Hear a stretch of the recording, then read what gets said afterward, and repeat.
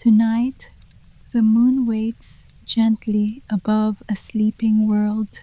Clouds drift like unspoken thoughts, soft and slow. Windows hold their light a little longer, as if remembering something kind. You are not arriving anywhere new, only returning to a quieter rhythm, to that soft pulse beneath the noise, where every breath feels like a small tide turning home. Somewhere beyond the curtain of waking, dreams gather beneath silver branches, and the night opens its palms to hold you. You may drift there now, where stories breathe and time moves like water beneath the moon. There is a place, not far, but never on the map, where breath becomes not effort, but echo. It is the place between what your eyes once saw and what they now remember, not as images, but as feelings. A place where the pulse slows, not in fear, but in permission, where the ceiling of the world draws closer and the floor becomes cloud. You may not have noticed when you passed it last, that hidden seam between wakefulness and dream. You wouldn't. It's not meant to be seen, only brushed, like the hem of a gown worn by someone who walked through a door you didn't know was there. Here, time does not move. It loops, not in repetition, but in remembrance. Here, a second can be an hour or a century, and no one minds, because nothing is being waited for, nothing is being missed.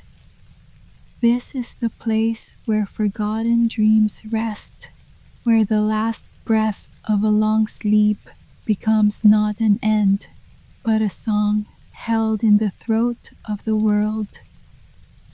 And when that song hums, very low, beneath the ribs, beneath the floorboards, you know, not with thought, not with certainty, but with that soft ache that lives in the chest when something ancient has returned.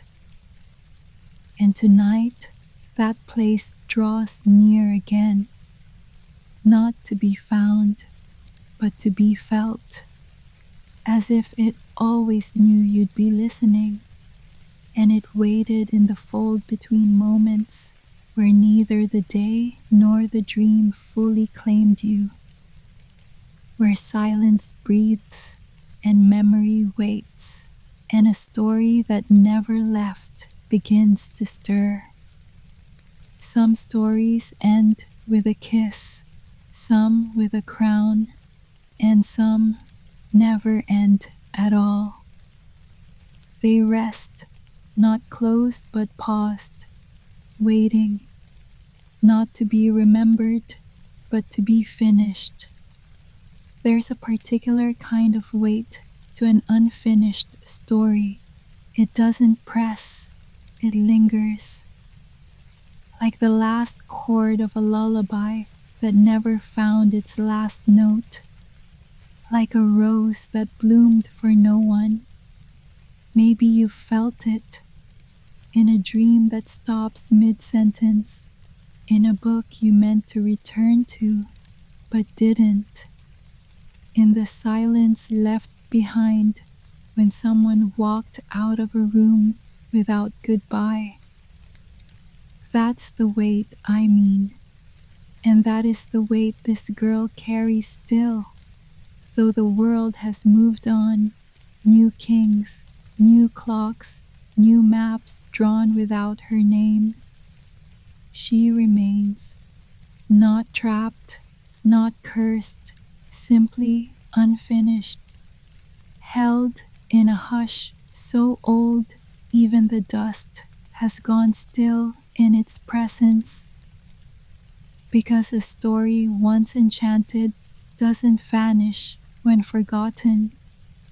It waits, sometimes in a locked room, sometimes in a spindle's shadow, and sometimes in a girl's last dream, a dream that does not beg for waking, that does not demand rescue, only release, only the soft return of breath and memory, and the final word no one thought to write.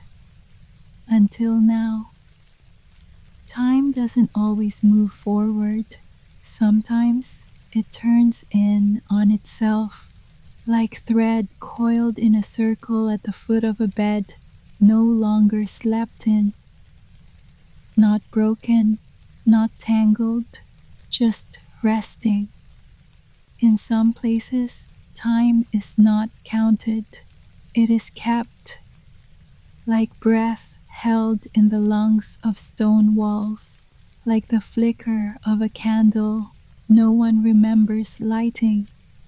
Here, time loops, not in repetition, but in rhythm. It breathes, and where it breathes, it remembers, not dates, not years, but moments. A spindle dropped, a petal falling sideways, the soft sound of sleep becoming something more. Aurelia's story lives there, in the curve of time that never stretched ahead, only circled back on the breath she never finished exhaling. It is not a trap, it is not a prison. It is the kind of pause only magic can hold, or grief, or love that was never given a name. And so she dreams, not endlessly, but precisely. Her sleep is not a void, it is a loop of sensation, the scent of briar, the warmth of woven sheets, the memory of a lullaby no one ever sang. She has slept not through time, but inside it, cradled in a moment so carefully spun, no year could break it. But now, the air is shifting, not with urgency, but with permission, and something inside the loop, inside the hush, has begun to open, not to end her story, only to let it unfold at last. Her name was Aurelia, once whispered by velvet tongues, now held only in the breath between two unopened windows.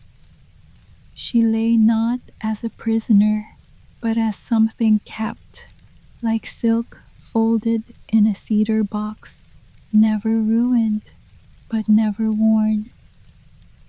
The tower had not aged, not the way stone is meant to. The moss grew, but it never crept past the threshold. The ivy climbed, but never covered the glass. It was as if the world outside had made an agreement to wait. Inside, time folded itself at her feet, not like a servant, like a shadow. And she, Aurelia, was still, but not empty. There were thoughts now, soft, thin shapes, like birds circling before they choose a branch. They didn't press, they floated. She did not open her eyes, but she noticed the way the air no longer smelled only of linen, the way silence now carried a pulse. Something had changed, not in the world, in the dream, because this place was not her body's sleep, it was her mind's last breath, and something inside it was beginning to remember what the story had forgotten. She did not move. Her body did not need to. Stillness was her language now. But within it, a question began to form.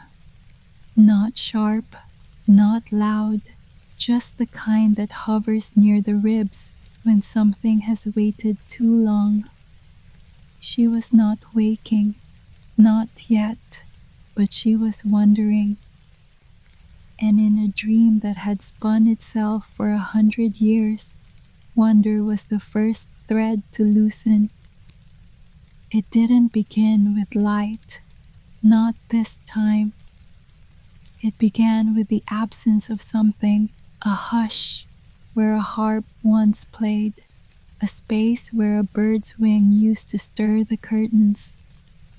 Aurelia didn't notice with her eyes. She noticed with her knowing. Something had shifted, not around her, within the dream itself.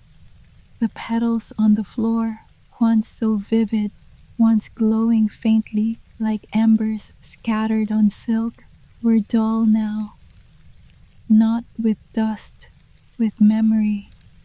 She breathed not audibly, but with the sensation of breath, as if her ribs remembered how it felt to rise. Somewhere beneath her sleep, a feeling curled awake. Not panic, not even curiosity, just that quiet ache of change. In the corner, a glass dome rested. It had always been there, hadn't it? Beneath it, a rose, once proud, once pulsing, now bent. Its last petal hadn't fallen, but it no longer held itself with the tension of promise. Something was ending, but not harshly, like a bow releasing its last note into the rafters. The mirror across the room no longer shimmered, no longer offered glimpses of kingdoms or kisses or kings. It had dimmed, and with it, Aurelia's dream began to do what dreams rarely do. Not vanish, but exhale. She was still within it, still resting in the shape of her long sleep. But the edges had softened, as if the dream itself was preparing to say goodbye. Not with sorrow, with stillness, with grace. And somewhere, deep within that unwinding, her breath paused. Not in fear, in listening. There had always been a mirror, oval, framed in rosewood carved by hands that never left a name. Set into the wall beside the bed like a quiet witness who had forgotten how to speak. It never showed her face, not once in all those dreaming years. Only images, scenes from stories that unfolded in kingdoms she would never touch. Boys grown into kings, thrones inherited, ballrooms filled with music she'd never hear. The mirror had never lied, but it had never remembered her either. Until now, Aurelia felt it before she saw it, a cooling like breath drawn inward. And then a flicker, a faint pulse on the glass, like the surface of water deciding whether or not to ripple. She turned her dreaming gaze toward it, not her eyes, but the place inside her where vision lives after sight has grown quiet. And there, not suddenly, not fully, a face began to appear. Not the mirror's visions, not someone else's story, hers. At first, a blur, a suggestion of cheekbone, of the arch of a brow not seen in a century. Then, slowly, like fog letting go of the morning, it cleared. Her face, older than the tale, softer than the myth, still. Aurelia did not flinch. She did not weep. She only watched, as if meeting a version of herself the world had forgotten to wake. The mirror did not shimmer. It did not speak. It only remembered. And in that remembering, something in Aurelia shifted. Not with noise, not with motion, just the quiet understanding that this dream, so carefully woven, was nearing its final thread. Not an ending, a release, and in the mirror her face remained. At last, it had nowhere else to go. Beyond the tower, there was a garden, or perhaps what had once believed itself to be one.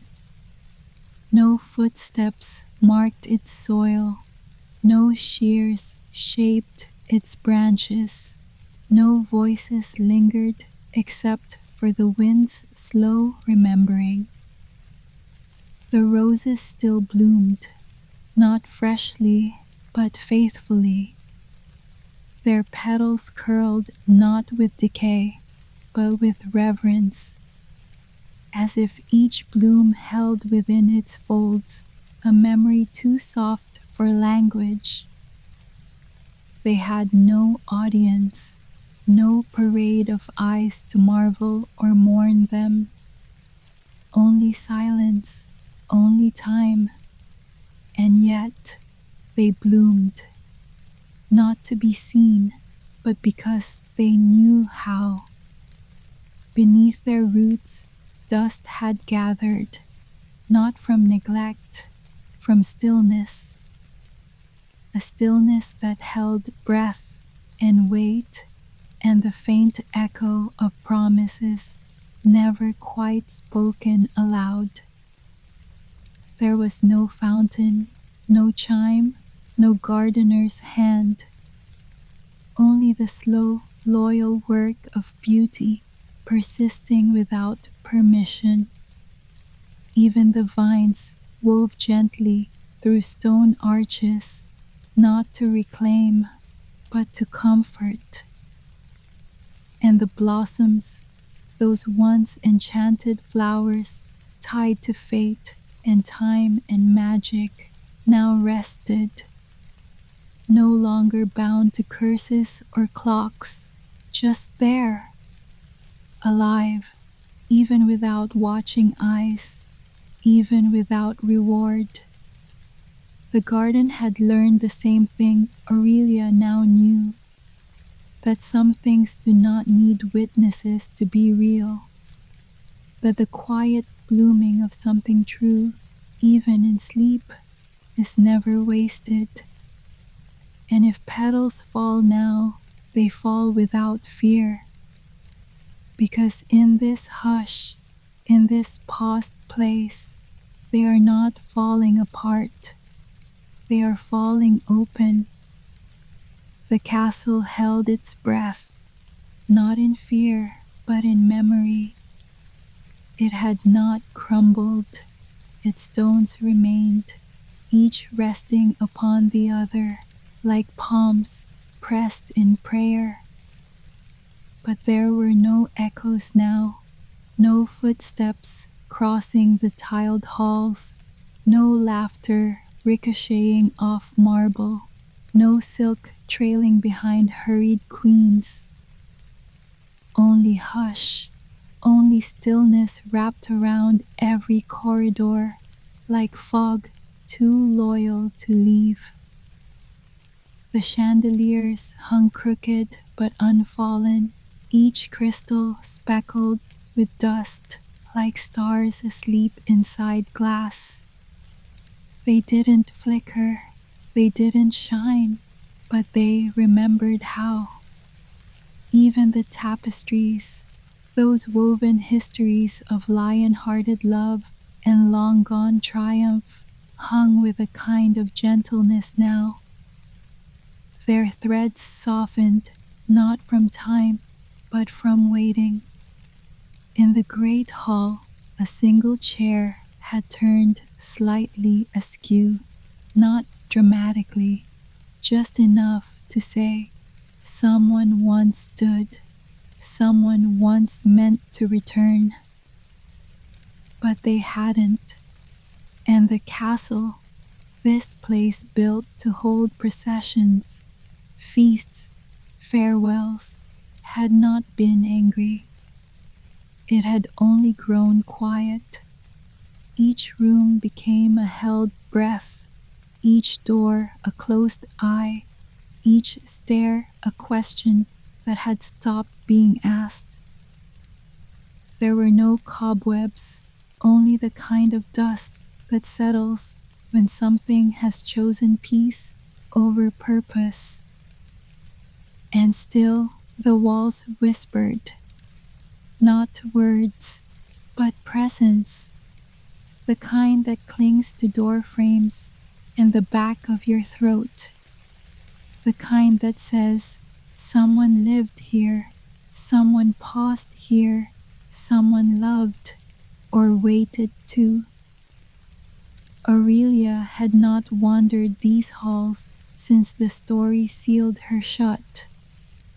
But her absence did not erase her. The castle had not forgotten. It had simply waited in the quiet rhythm of a stone, remembering skin, of rooms learning how to sleep.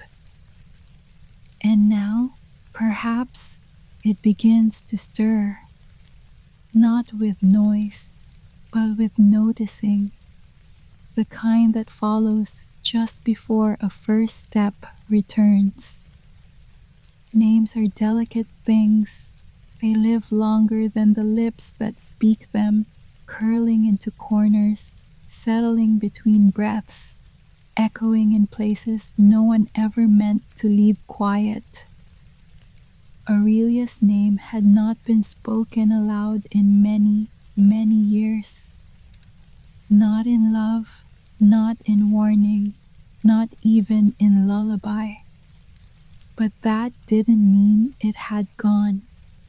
It had settled into the grain of wooden beams, into the silk of sheets folded and untouched, into the dust motes that danced only when the sun leaned in through the tower window. It had become a hum, the kind that lingers in your bones when someone once whispered to you just before sleep and never needed to again.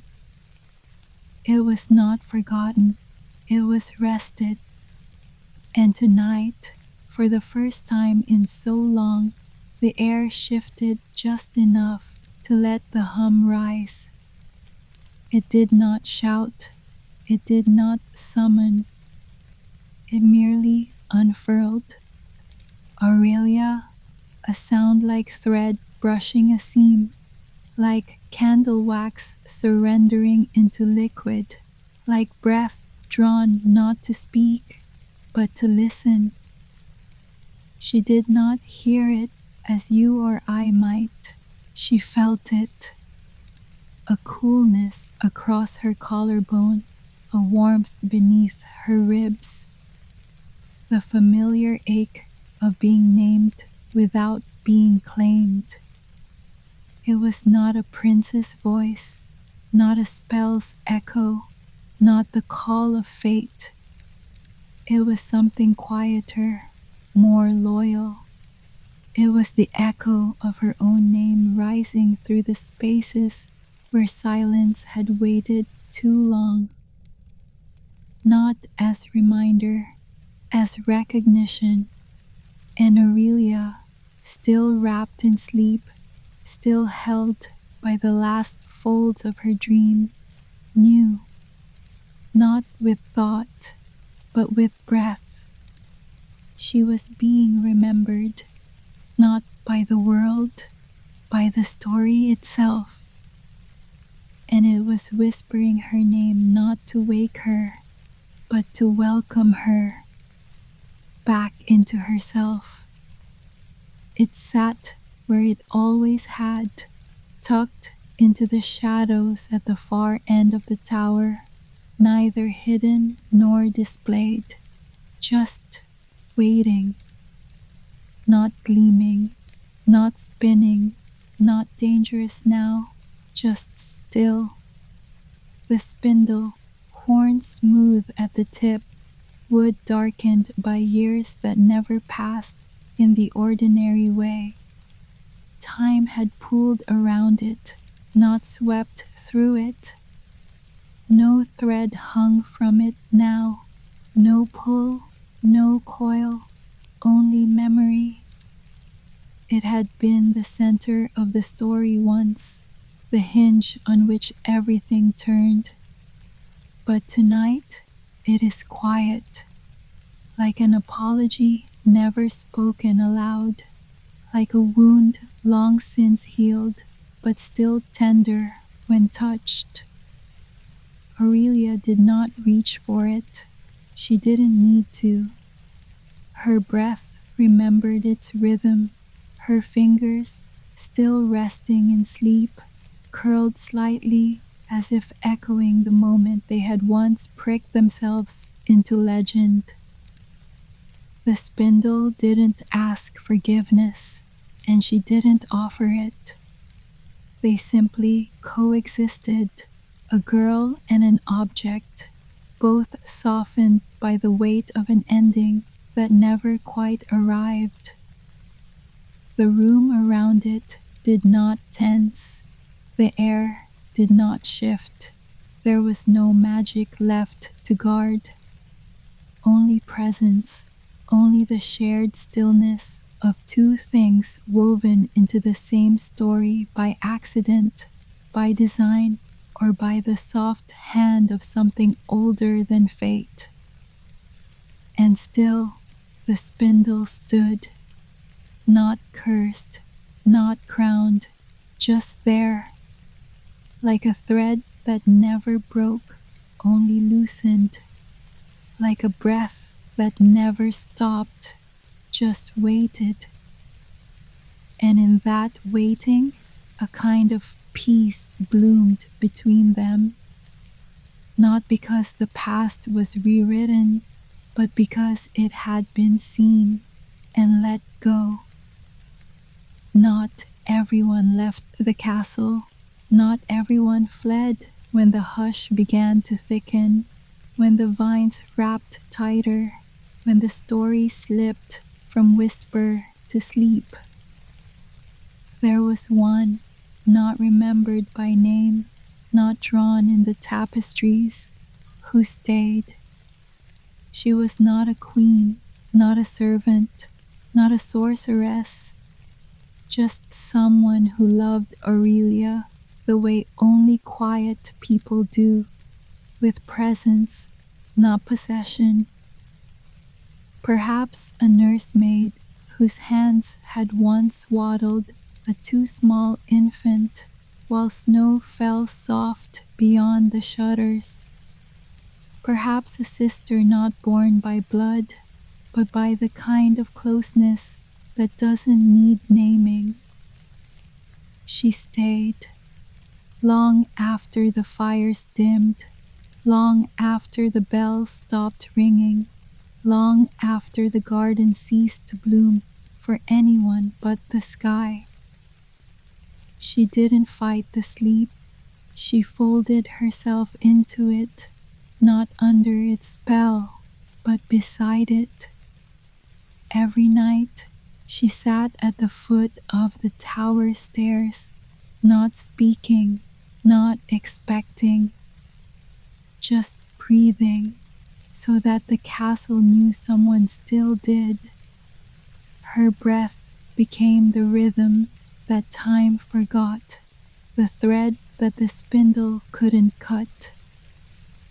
And when she too grew still, it wasn't loss, it was offering, a breath passed on, not ended, a quiet vow woven into the stone and the ivy and the silence that would one day soften into change.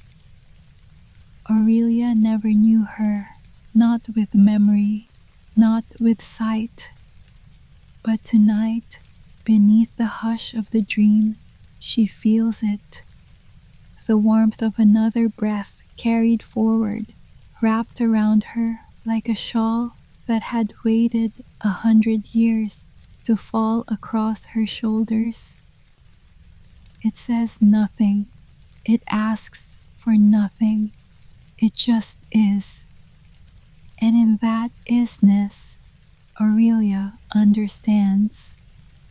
Not all who wait do so for endings. Some wait so the story never becomes alone. Rooms remember things we no longer say. The way a hand lingers on a windowsill, how fabric folds itself into the corners of a chair, how silence settles exactly where someone once stood. Aurelia's room had no clocks, no music, no scent of firewood or fresh air. But it knew her. It had learned her rhythm, not by watching, but by holding. The creak of the floorboard beneath the left side of the bed, the slant of light she used to follow with half-lidded eyes just before slipping beneath sleep. Even the linens, washed long ago in herbs, now forgotten, had softened with her weight and waited without complaint.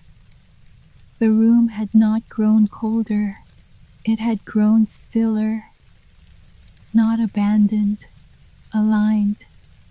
Every stone, every timber, every worn thread of tapestry bore the shape of her stillness, like a bell holds the memory of its last chime. Tonight, as her dream thins like lace held to the light, the room responds, not dramatically, not all at once, but with a subtle shift in breath, a sigh in the floorboards, a ripple in the curtain, a hush behind the walls that feels less like emptiness and more like listening. The bed, too, responds, not with creak or collapse, but with softness, as if it remembers the weight of her as a girl who once dreamed of lilacs and a woman who forgot she was sleeping.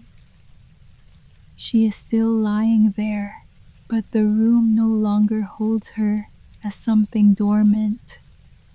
It holds her as something returning, and not just to wakefulness, to self.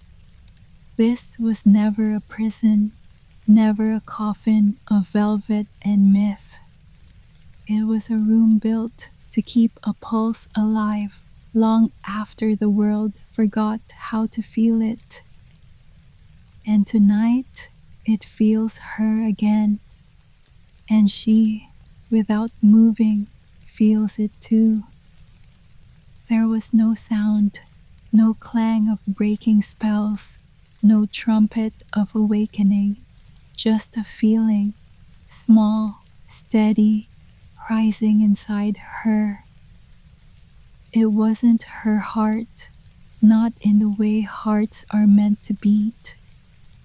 It was deeper, wider, like a sky opening beneath her ribs.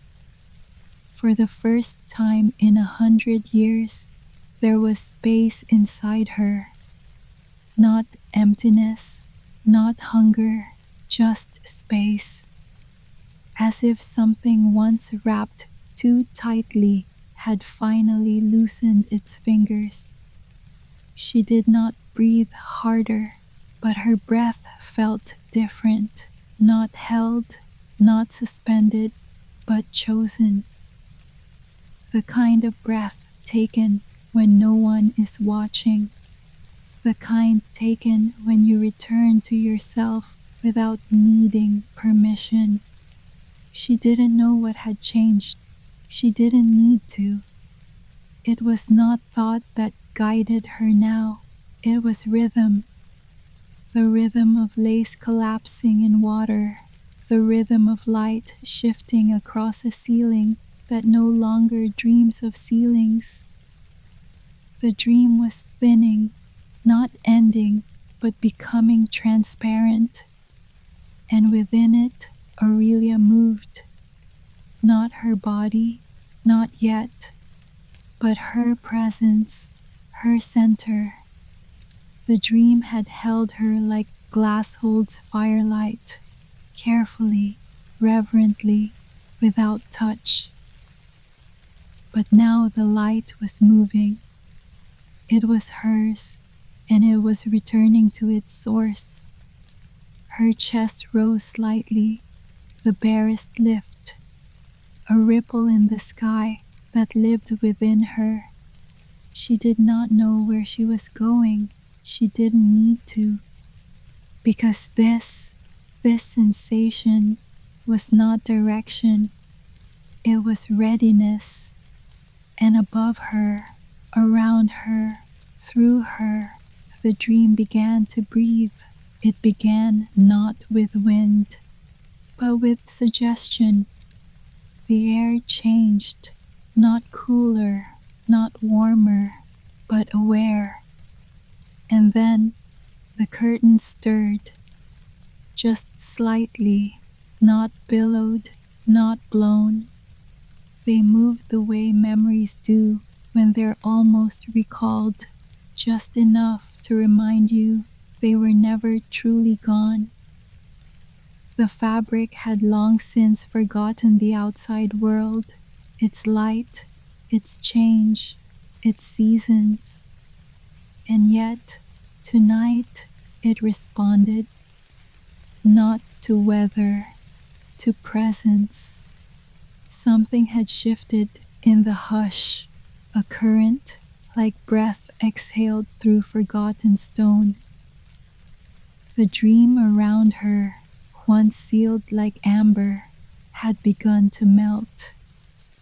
A candle, still standing, let go of a single thread of wax.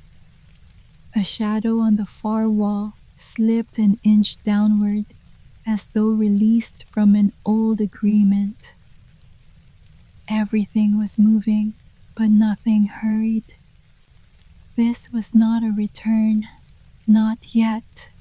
It was a loosening, the way water loosens cloth, not to damage it, but to soften its seams. The spindle's dust unsettled just slightly, not as a warning, as an exhale. Even the tapestry above the hearth shifted its folds, once stiff, now breathing. Aurelia remained still, but inside her, 1,000 threads pulled slightly tighter, not in fear, but recognition. This was not the end of the dream, but it was the part dreams rarely reach. When they begin to let go of themselves, not to vanish, to become something new. And tonight, the curtains moved, not because the world was coming in, but because the dream was finally ready to go out. It had never been hidden. The door, just quiet, built of wood pale with time, its edges softened like a page turned too many times by a hand that never pressed hard. It did not glimmer, it did not creak, it did not beckon. But tonight, Aurelia noticed it, not because it had changed, but because she had. It had always been there, nestled into the curve of the tower wall, like a thought too gentle to finish. Not locked, not shut, just not seen. She did not rise, her limbs remained still, but her dreaming gaze rested on it now, not with longing, not with fear, with familiarity, like recognizing something you didn't know you'd always known. The door held no spell, no emblem, no secret, just presence. The grain of its wood held the shape of countless seasons that had passed outside its reach.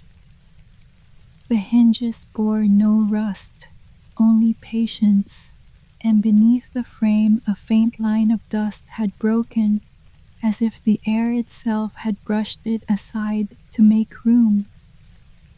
She didn't need to open it, not yet. It was enough to see it, to know it had never left, that there was always a way forward, a threshold, a release.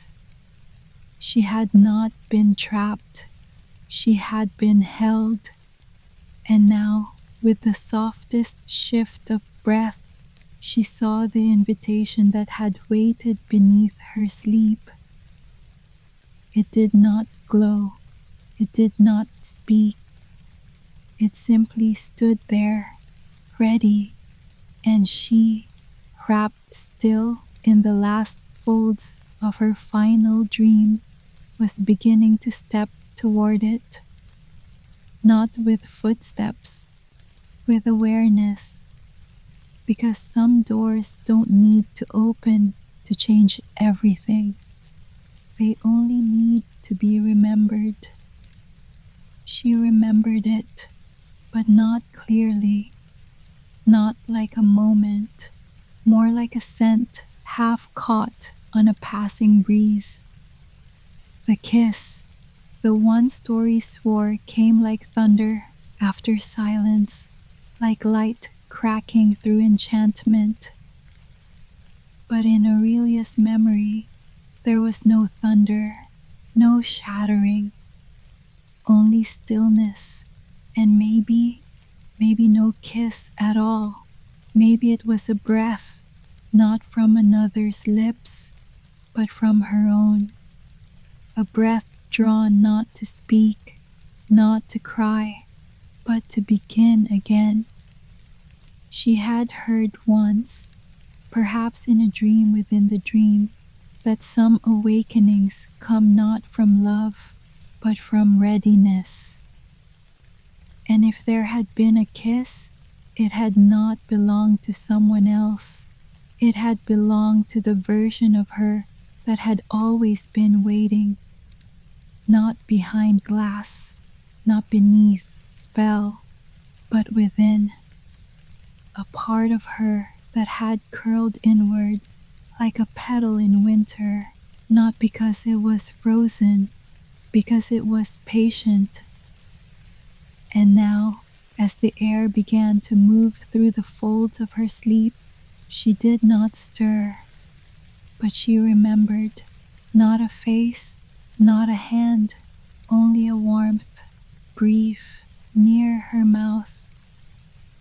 Not desire, not rescue, just presence, like lips brushing the surface of a story, not to wake it, but to thank it. And perhaps, if there had been a prince or a figure cloaked in legend, they had come and gone like the scent of jasmine on a forgotten shawl. But the dream had stayed, because it was never the kiss that kept her. It was the stillness that followed, and that stillness, soft, faithful, ever patient, was what she now breathed in as the memory passed like a cloud across the surface of herself. not to end anything, just to remind her that waking does not always begin with movement. Sometimes it begins with remembering you are already here. The dream had been a place, but also a posture, a way of being still without falling apart. It had held her, not tightly, but completely, like water holds a reflection without ever asking for weight. And now, as it began to loosen its hold, she did not reach for it. She released it, not all at once, not like someone waking from a fevered sleep, but like silk slipping through fingers, like fog parting because the sun did not ask it to stay. There was no sadness, only softness, the kind of softness that comes from being ready long before you knew you were. The dream had done its work. It had carried her, not away from the world, but toward the place in herself where nothing needed to be proven. Not beauty, not strength, not love, just being. And now that place had grown wide enough to walk through. So the dream began to fall away, not in pieces, in petals, each one a memory of something not quite lived, but fully felt. The sound of leaves turning in the wind, the weight of a crown never placed, the shape of a question never asked aloud. All of it drifted now, slow and light, toward a hush that would hold them without asking them to stay. Aurelia did not rise, but she turned inward, toward a self no longer cradled by spell or story or silence. She had not escaped. She had not conquered. She had simply ended. And in that ending, found that the dream was never a cage. It had been a room with an open door. And she, having never knocked, had finally walked through. The air moved differently now, not in gusts, not in drafts, just a gentle expansion, as though the tower itself had drawn a breath for the first time in 100 years. Not a gasp, not a cry, just the quiet inhale of something that had never been lifeless, only paused. The stone beneath the window no longer felt cool from enchantment. It felt cool because morning was somewhere beyond it. A bird, not seen, not heard, fluttered across the edge of the dream. Its shadow brushed the windowsill like a hand checking for warmth.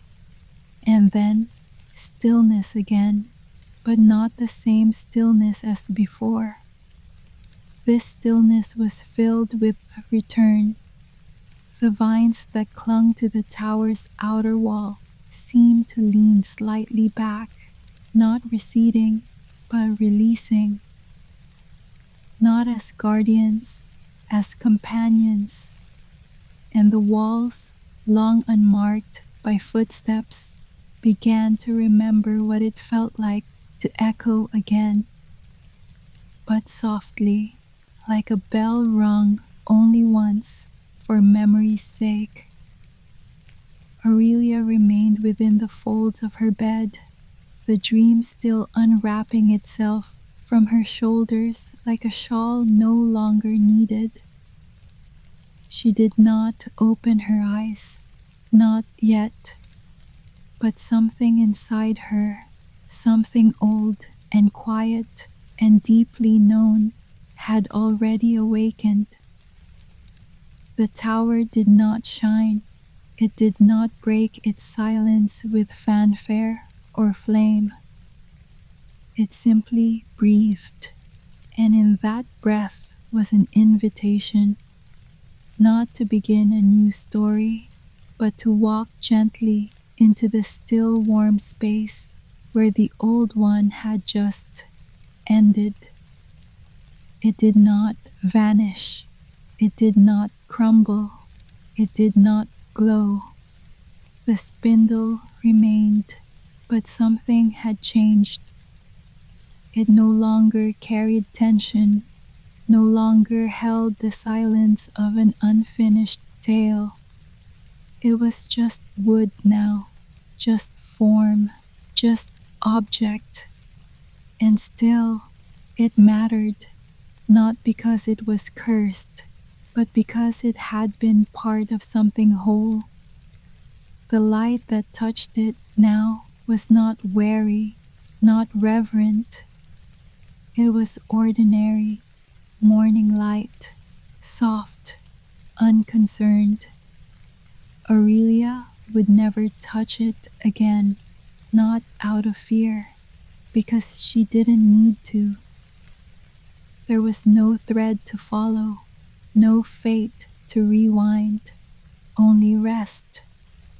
The kind of rest that comes after release, after return, after the final stitch has held firm.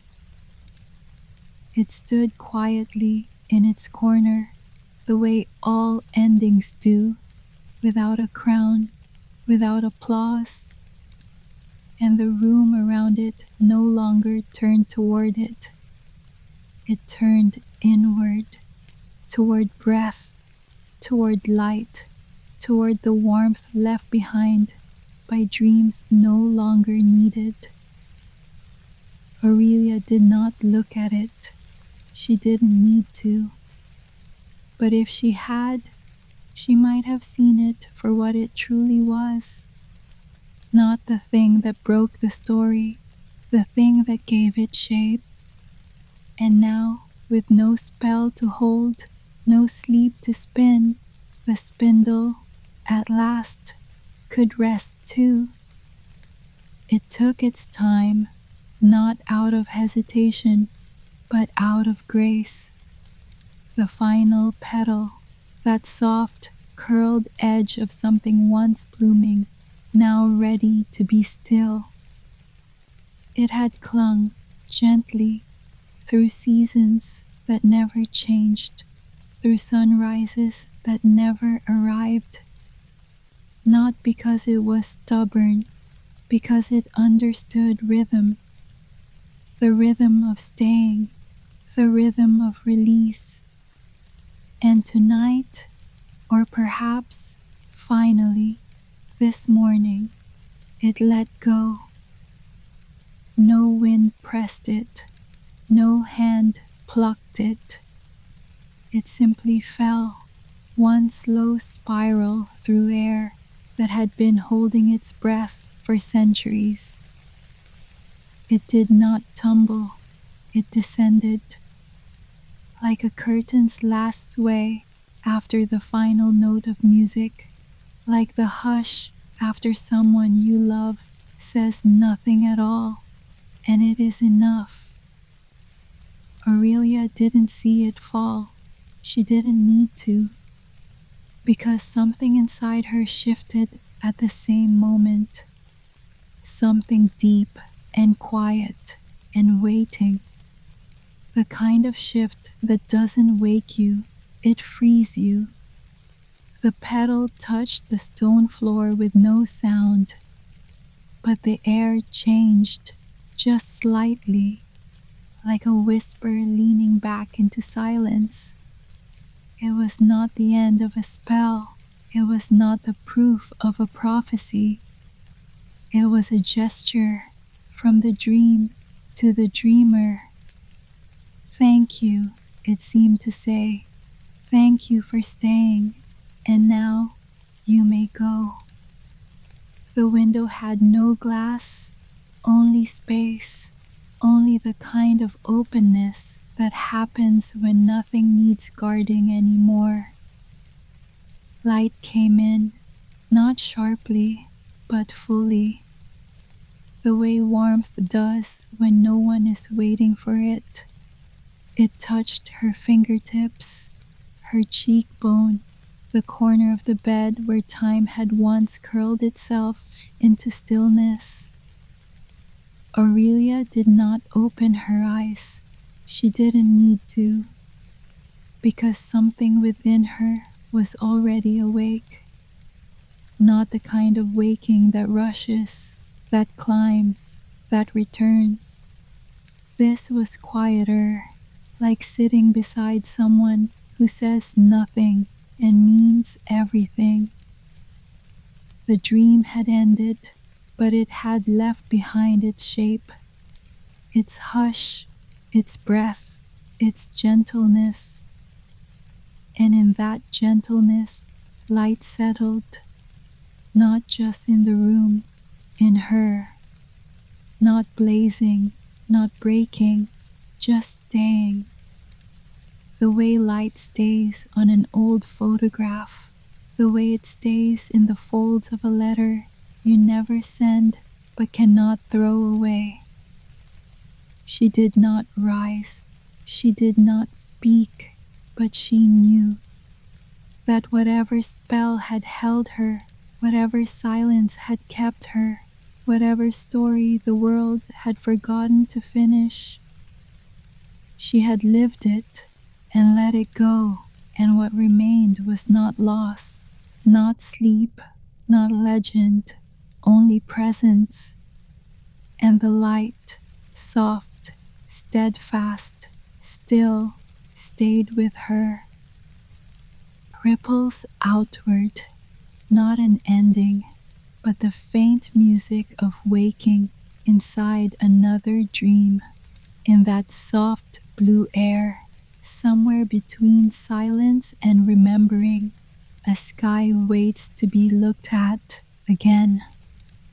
Of her, the moon hums softly, as if calling an old name back into light. There is a sky you have not looked at in years, not because it vanished, not because it forgot you, but because life pulled your gaze downward, toward doors to close, toward floors to sweep, toward voices that asked for more than you could give. And yet, above all that, untouched, there is still a sky. It is not the sky of prophecy, nor the sky of maps. It does not insist on direction. It does not measure time. It simply waits, as wide and patient as silence itself. Once you knew this sky, not by name, not by study, but by trust. You felt its presence the way a stone feels the river, not always flowing, but always remembered. And in that knowing, you belonged. You belonged without proving. You belonged without earning.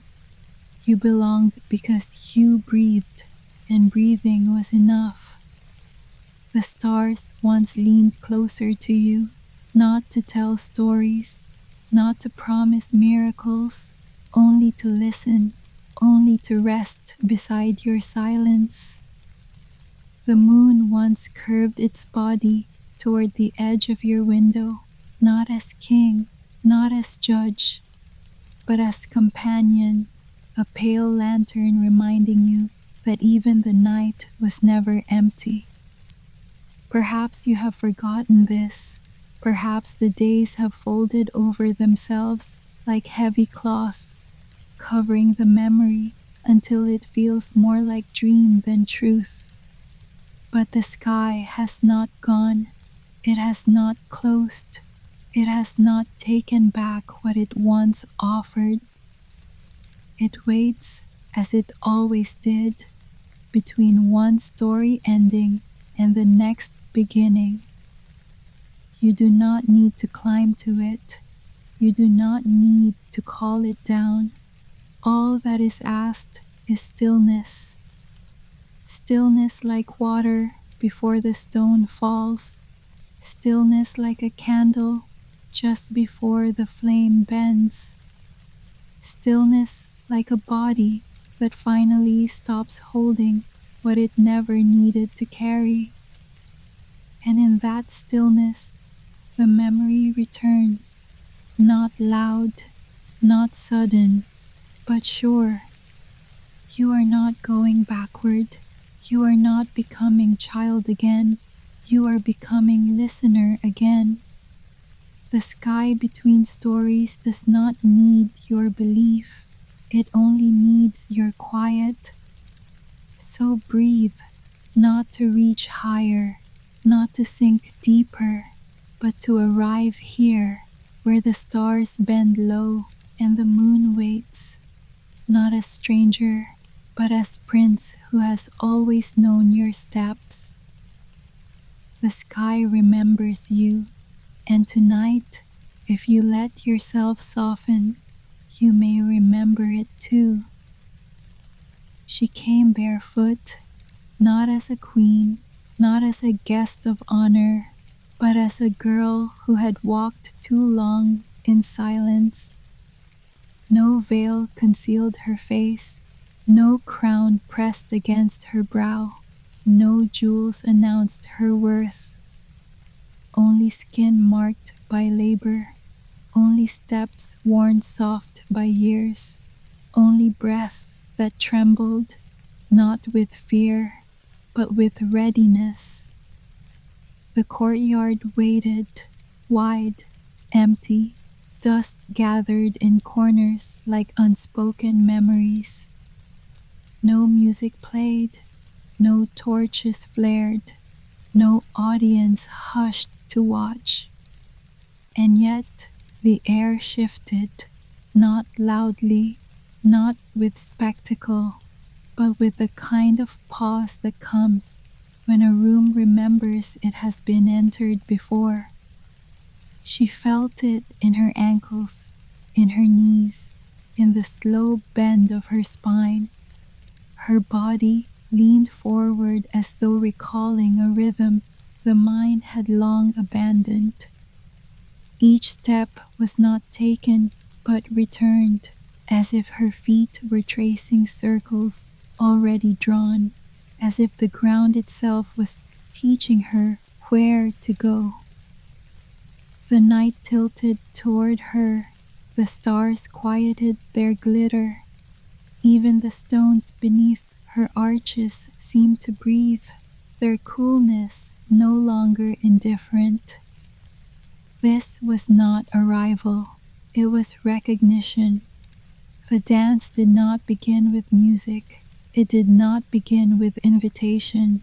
It began with her breath, her willingness, her body remembering that movement could be prayer, that silence could be rhythm, that stillness itself could be the drum. She swayed, not in flourish, not in performance, but as one who listens with the whole of herself. Her hair slipped forward, curtaining her cheek. Her hands opened outward, palms empty, palms honest. And in that openness, the courtyard seemed to lean nearer, not to command, not to consume, but to accompany. Dust lifted in faint spirals, as though stirred by unseen breath. Shadows stretched, lengthened, then curved back around her feet. The night itself was shaping a circle. Her body moved inside it.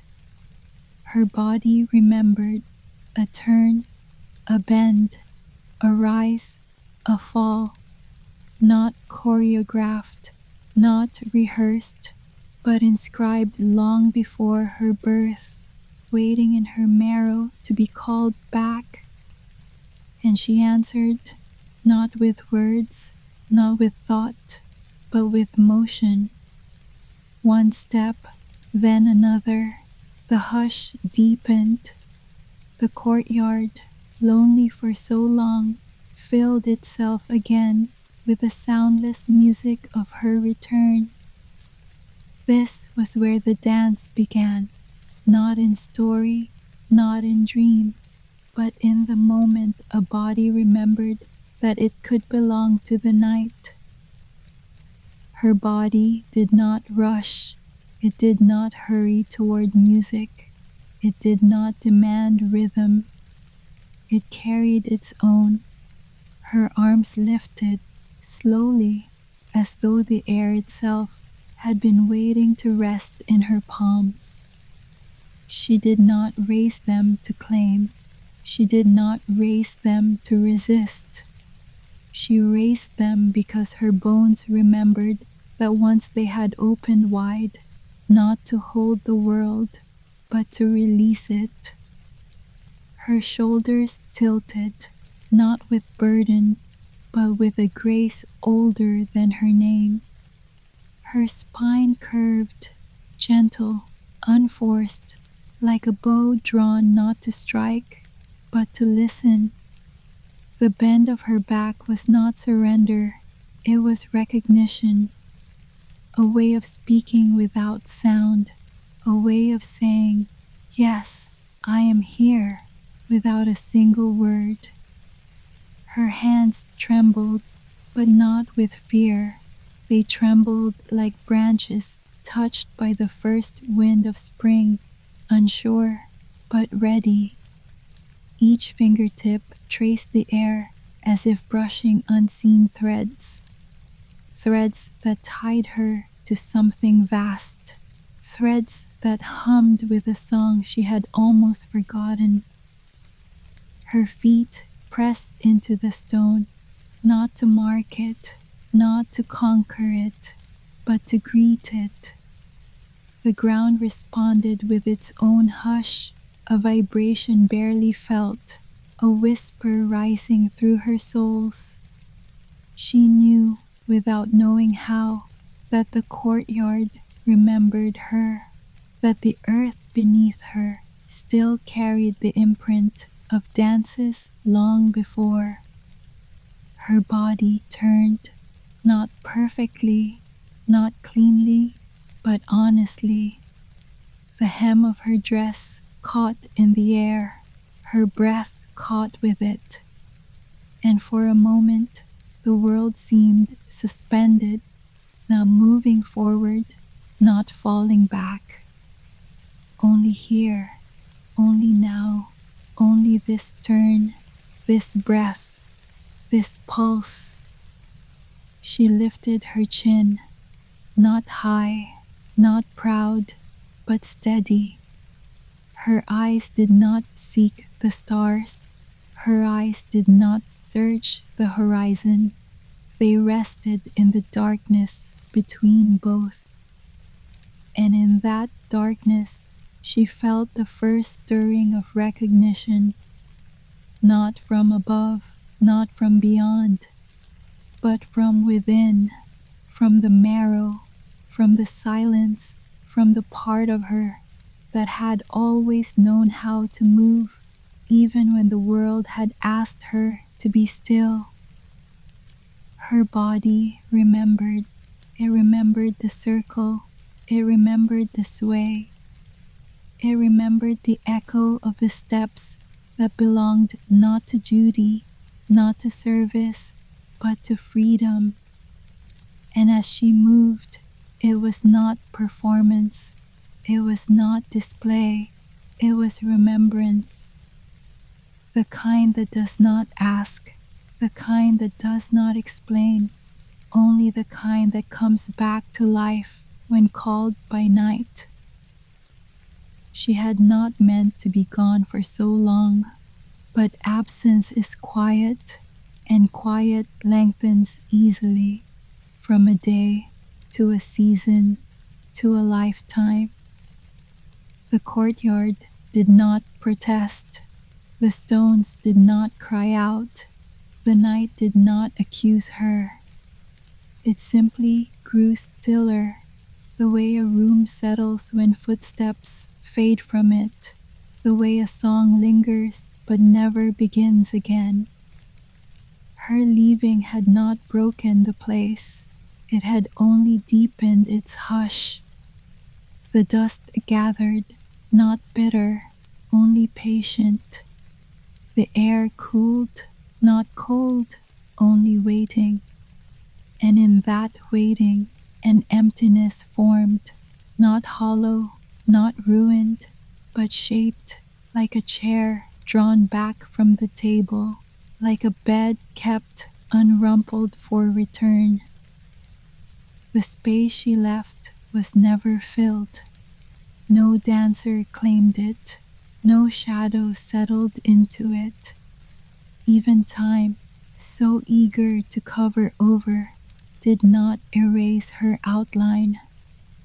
The courtyard kept it, an opening, a pause, a circle unbroken because it had never been closed.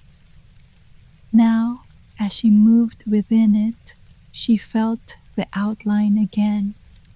Her body stepped into it as if into her own reflection. Her breath slid into it like a river reclaiming its bed. The air shifted, not like wind, not like voice, but like presence leaning aside to make room for her. The stones seemed softer now, not because they changed, but because she had returned. The dust lifted gently as though stirred awake from a patient dream, and she knew the space had always been hers, not by title, not by right, but by belonging.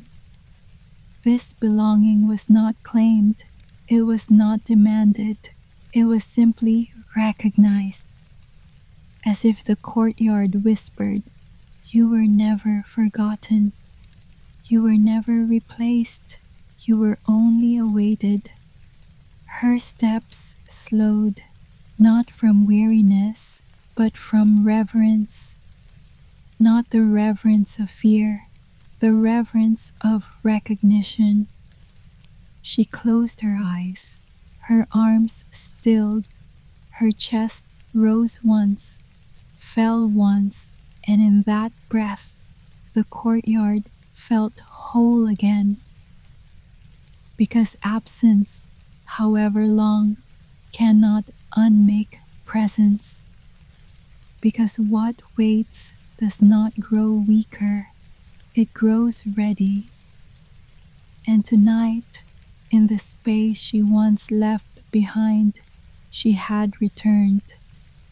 Not as stranger, not as guest, not even as dancer, but as the missing note the silence had carried all this time. He did not come like thunder. He did not split the night with fire. He did not descend in triumph. He arrived in silence, like a thought that surfaces gently after years of forgetting, like a shadow that belongs to you, yet waits until you turn to recognize it. The courtyard did not announce him, no flare of torch, no burst of sound. But the air thickened, the dust stilled, the stars seemed to lean ever so slightly forward. And in that leaning, he was there. The maid felt it first as a pause inside her chest, her breath caught, not harshly, not painfully, but like a door left ajar in the dark. A hush that waited to be entered. She lifted her gaze, not upward, not far, but just enough to find the shape of him. He was pale, but not fragile, bright, but not blinding. His presence was not brilliance, it was balance. The light that touched him did not scatter, it curved. It held, it shaped itself into a body, neither holy shadow nor holy flame. He stood not as ruler, not as conqueror, but as reflection, as echo, as rhythm given form. Her dance faltered, not in clumsiness, but in recognition. Her body stilled, not because it was commanded, but because something within her had turned its face toward something long awaited. Their eyes met, not like collision, not like demand, like two currents joining quietly, finding one another in the dark. Her lips parted, but no word came, no greeting, no plea. Words would have been smaller than what pulsed between them. He did not smile, he did not bow, but his stillness was invitation enough. The maid lowered her arms slowly, palms open, fingers soft, as though she had been carrying weight and only now remembered she could set it down. The prince tilted his head, the faintest arc of acknowledgement, the faintest curve of yes. And in that shared pause, a circle closed around them, not of stone, not of dust, but of presence, the kind that reshapes silence without sound, the kind that turns waiting into arrival. It was not the beginning of love. It was not the start of a story. It was the recognition of two beings who had always known they would find one another, not by searching, not by striving, but by returning to the rhythm that already held them both. And so, in that first glance, nothing happened, and everything began. He did not rush toward her. He did not claim the space. He did not command her body to bend. Instead, he simply raised his hand, slowly, as if the night itself was lifting it for him, as if every star had gathered its hush to guide the gesture. The movement was not grand, it was not polished, it was not a king's decree. It was simple, it was quiet, it was human. A hand offered, not to take, not to bind, but to meet. The maid felt her breath pause again. The circle of silence around her deepened, as though waiting for her reply. Her own hand trembled, not with fear, but with recognition. This was the gesture her body had long rehearsed in dreams, the reaching, the answering, the touch not yet given. She looked at her palm. It was rough, lined with work, creased by days of carrying more than it should. And yet, in the glow of his presence, her hand did not feel small. It felt seen. It felt ready. She lifted it, not quickly, not certain, but honestly. The space between them narrowed, not with urgency, with inevitability. His fingers did not seize. They did not tighten. They hovered, then rested, then settled into the curve of hers. And in that meeting, something passed. Not spark, not fire, not magic the way stories insist. Something softer, something older. The recognition of weight shared, the permission to move together. the knowing that one rhythm could hold two bodies. The courtyard shifted around them. The dust rose faintly, like a sigh. The stone seemed less cold. The night opened wider. She did not bow. He did not pull her close. They simply stood, hand in hand, in the middle of a silence that now belonged to both of them. And in that stillness, the dance began. Not with music, not with step, but with the truth that her hand had risen and his hand had answered, and in that answering, the waiting was over. It was not promise, it was not vow, it was presence. Two palms meeting, two shadows touching, two lives pausing long enough to feel they were not alone. And sometimes that is all the night asks.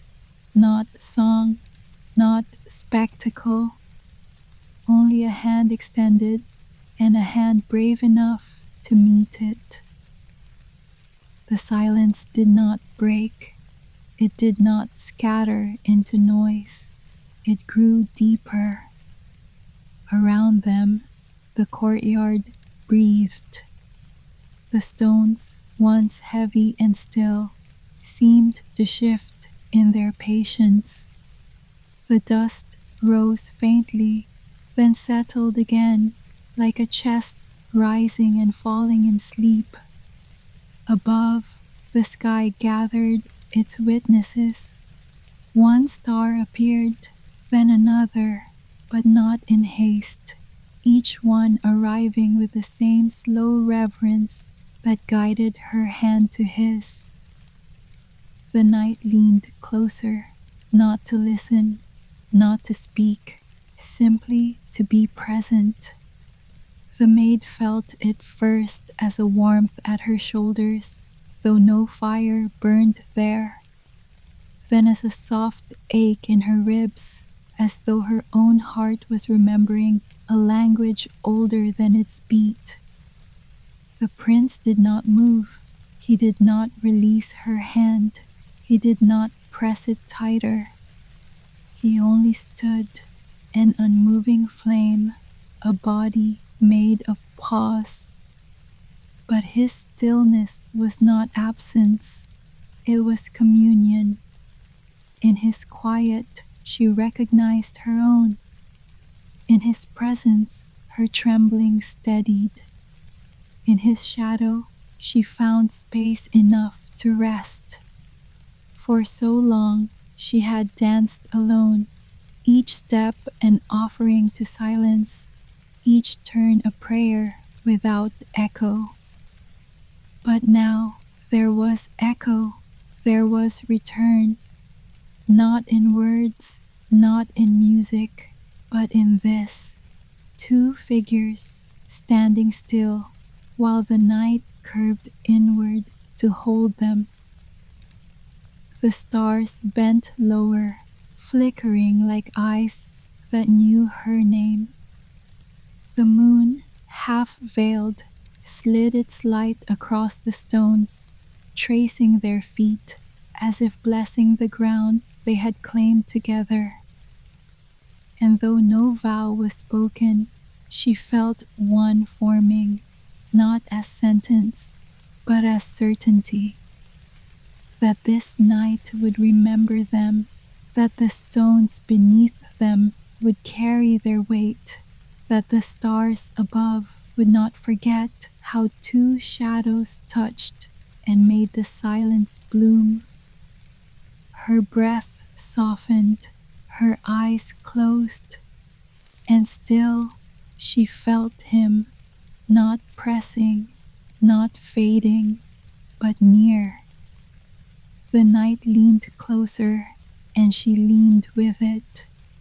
For a moment, it seemed as though the whole world paused, holding its breath, not to wait, not to fear, but to honor the first joining of hands, the first stillness shared.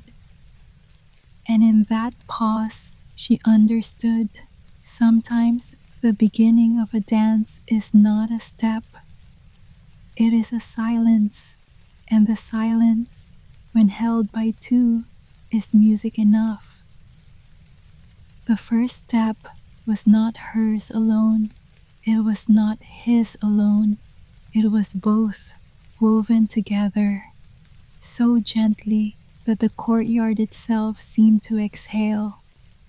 No drum beat guided them, no string pulled them forward. There was no melody, no chant, no signal. Only the hush, only the silence thickened into rhythm. Their feet touched stone, and the stone seemed to answer, a vibration, a resonance, a hum beneath the skin. The maid leaned into it. The prince leaned with her. Two bodies circling, not as master and servant, not as ruler and subject, but as mirrors. Her arm brushed the air. His shadow followed. His hand tilted slightly. Her body curved in response. The dance was not rehearsed. It had no design, yet every step felt older than memory, a pattern drawn long before either of them had entered this world.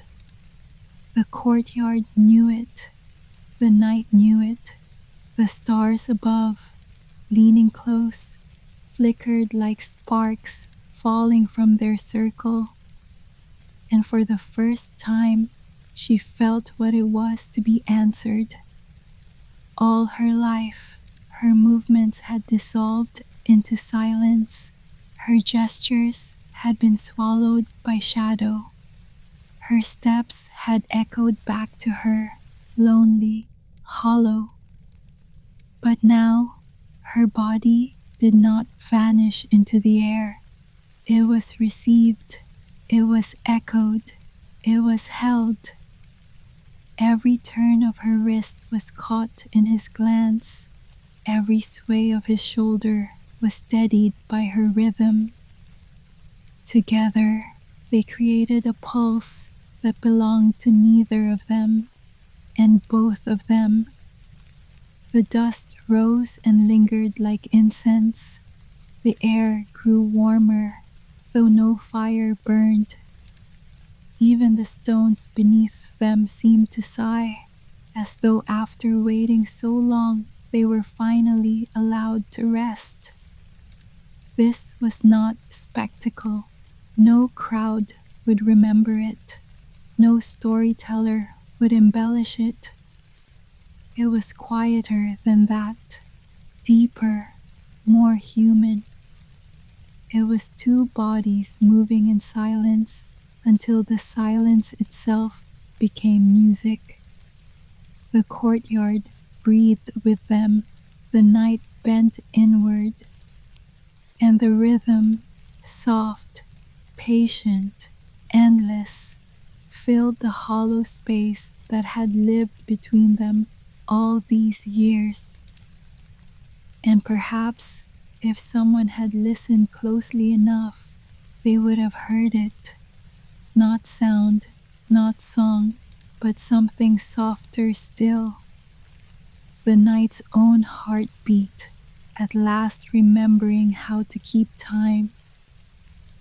Her fingers hovered, light as breath, near his sleeve, close enough to feel warmth, close enough to know presence, but she did not seize it. She did not clutch. She did not pull.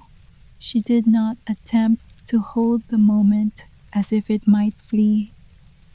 For she understood, somehow, that the dance was not hers to keep. It was only hers to join. Her hands curved gently, palms open, palms ready, yet never closing in hunger.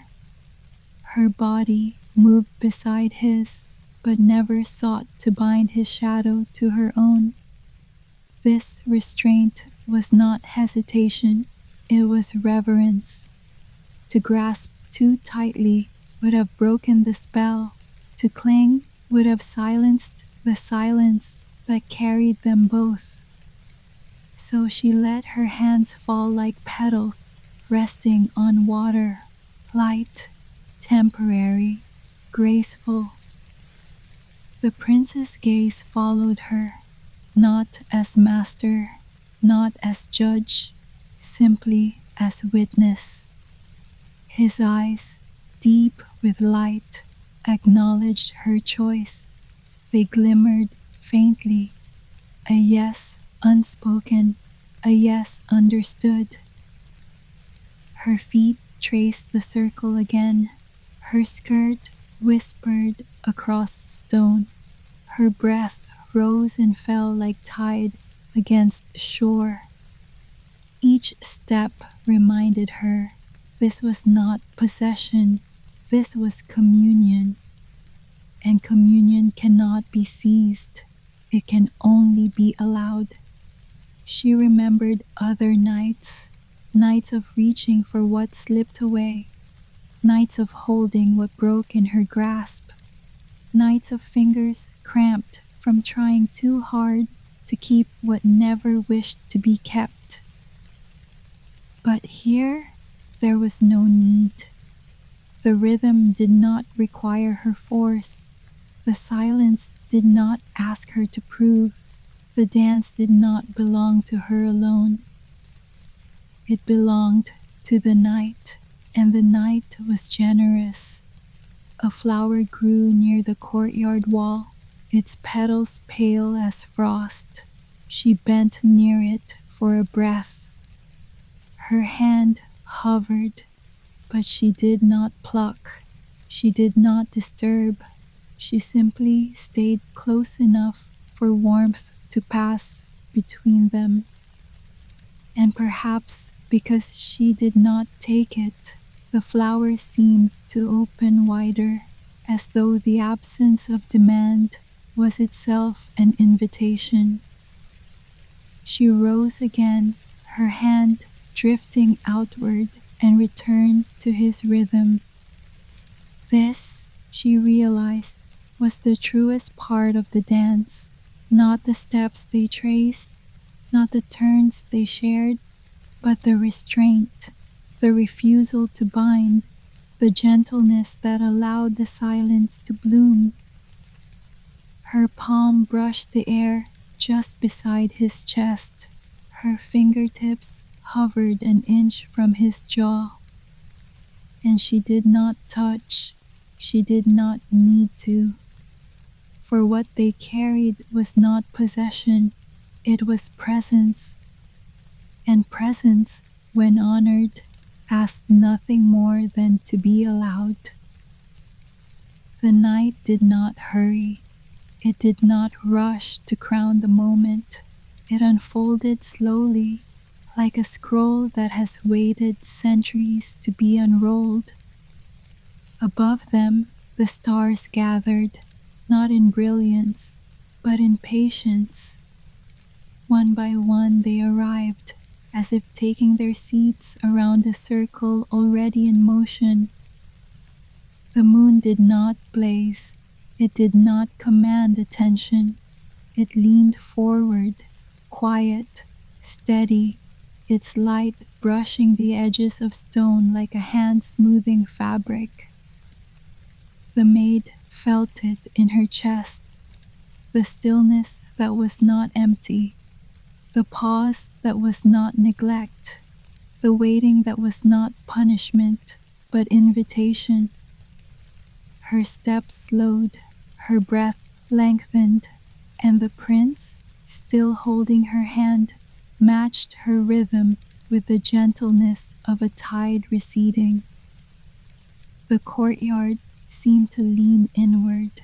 The walls, the shadows, the air, all of it listened, not for words, not for vows, but for presence itself.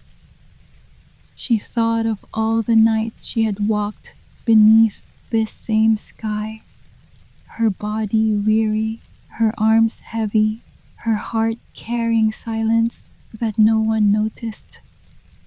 Back then, the stars had seemed distant, the moon indifferent, the air too thin to hold her ache. But tonight was different. Tonight, the silence was not hollow. It was alive. It waited with her. It waited for her. The prince's eyes lifted briefly, meeting the pale arc of moonlight. And though no sound passed his lips, something unspoken stirred, a recognition, a belonging.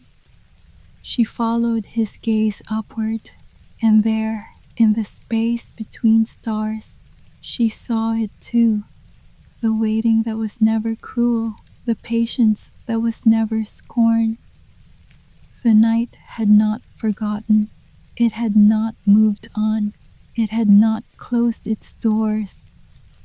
It had waited, and in that waiting, it had grown tender. Her body stilled again. Her heart beat slow. Her hand tightened slightly in his, not to claim, not to hold, but to acknowledge that she too understood. Time does not erase what belongs. It only waits for return. The night wrapped around them both, not as curtain, not as cage, but as shawl. It settled gently over her shoulders, over his glow, over the circle of stone. And for the first time, she felt the truth that absence had never been loss. It had been preparation. It had been waiting. And now the night exhaled, not to end, not to fade, but to welcome. Welcome her steps. Welcome his hand. Welcome the dance that no music required. The night had waited, and at last it was no longer waiting alone. No vow was spoken, no promise was carved into stone. No words crossed their lips to bind what already belonged. And yet the courtyard knew, the night knew, the silence itself carried the weight of an oath that had no need of language. The maid stood still, her hand still folded into his, and felt the hush deepen, not heavier, not darker, but fuller, as though the air itself was swelling to hold what had just been born. Every stone beneath them seemed to glow faintly with memory, not a light you could see, but a warmth that pressed up through her souls. The dust lifted once, spun slowly, and fell again, a gesture of reverence. The stars blinked, not brighter, not faster, but as if nodding, as if acknowledging, as if whispering among themselves, "Remember this." The moon bent lower, its curve tilting slightly, casting its silver not only on the stones, but across their joined hands. That single touch of light made their shadows one, two shapes merging, not erased, but intertwined. The maid's breath slowed, her ribs rose gently, fell gently, and in that rhythm she felt the presence of something older than them both. The prince did not move, yet in his stillness there was promise enough, not of possession, not of forever, but of recognition. The kind of recognition that cannot be undone. She thought of all the oaths she had heard in her life, sworn loudly, kept poorly, fragile things that shattered the moment silence returned. This was different. This was not declaration. This was not demand. This was quiet joining, woven into the marrow of night. The oath was in the stones, which would remember their weight. It was in the air, which would carry the hush of this moment long after they had gone. It was in the stars, who had leaned close enough to listen. It was in the moon, who had reached down to seal the circle with its light.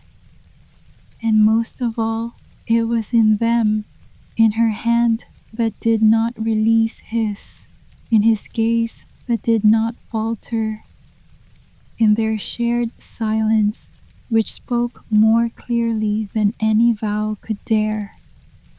The oath was simple, that this moment was real, that it had happened, that nothing, not time, not distance, not forgetting, could erase it.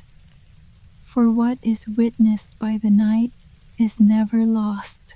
It is kept, it is guarded, it is held until the world is ready to remember again. And so they stood, two figures, two shadows, two lives, bound not by speech, but by silence. And the silence was enough. She lifted her gaze and found his eyes. They did not blaze, they did not pierce, they did not claim. They opened, soft, steady, as still water opens to the sky above it. And in them she saw herself, not as the maid who swept dust from corners, not as the girl who carried burdens in silence, not as the forgotten one who had walked through years unnoticed.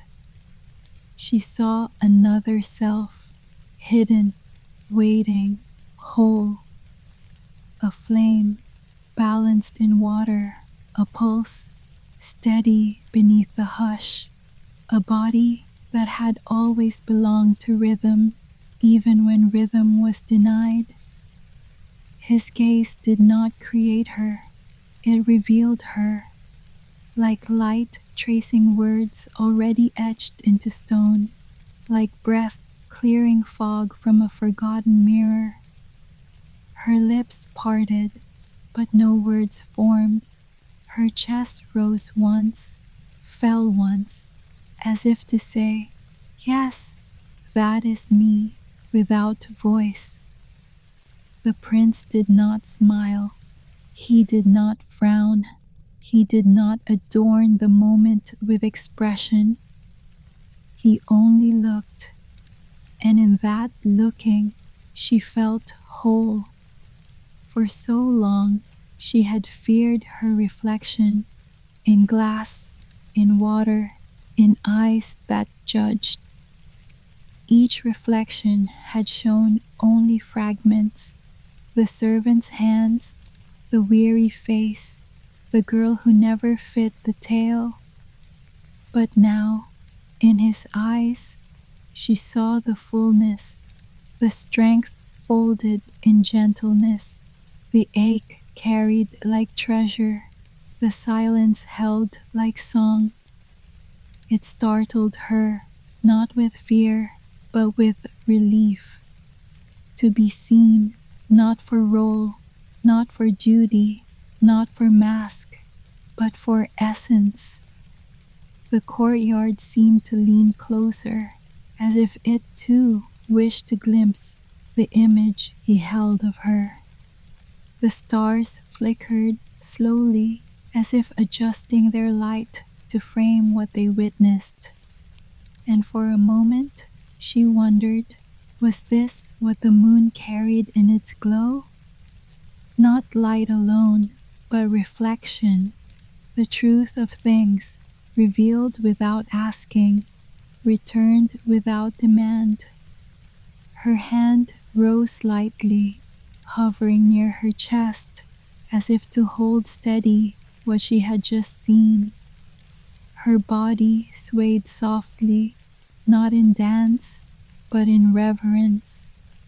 The prince did not move. He allowed her the silence. He allowed her the pause. And in that pause, the mirror remained, clear, quiet, unbroken. She looked once more, and in his eyes, she found not stranger, not master, not myth, but herself. And that was enough. It came quietly, not as wind, not as voice, not as anything she could name. A breath, drawn slowly into the space around her, not her own, not his, something other, something older. She felt it before she heard it, the shift of air against her neck, the subtle rise of her chest without effort. Her lungs filled, not by command, not by need, but as if carried. Her body softened, her ribs widened, her spine loosened, and for one suspended moment, she was breathing with another. The prince did not move, but she saw it in his stillness. He too felt it, the joining, the hush that thickened between their bodies, the invisible presence that wrapped itself around them like silk. It was not ghost, it was not spell, it was presence. The night itself exhaling through them. She did not resist, she did not ask, she did not try to claim it. She simply listened, with skin, with ribs, with the hollow beneath her sternum.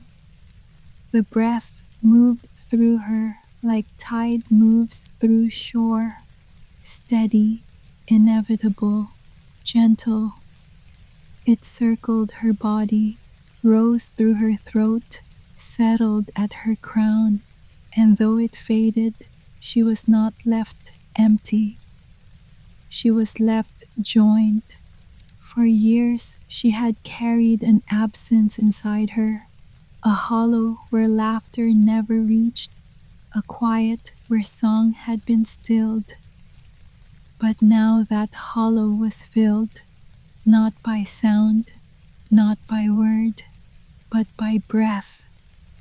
She touched her chest lightly, fingers spread wide, acknowledging the gift. Her own breath returned, slower, truer, woven into a rhythm she had not known she'd lost. The prince's gaze remained steady. He knew, she knew, there was no need to speak. This was not gift given, not treasure bestowed. It was something older, something always hers, only hidden, only buried, only waiting for the silence deep enough to uncover it again. The night had kept it, safeguarded it, held it in the folds of its patience.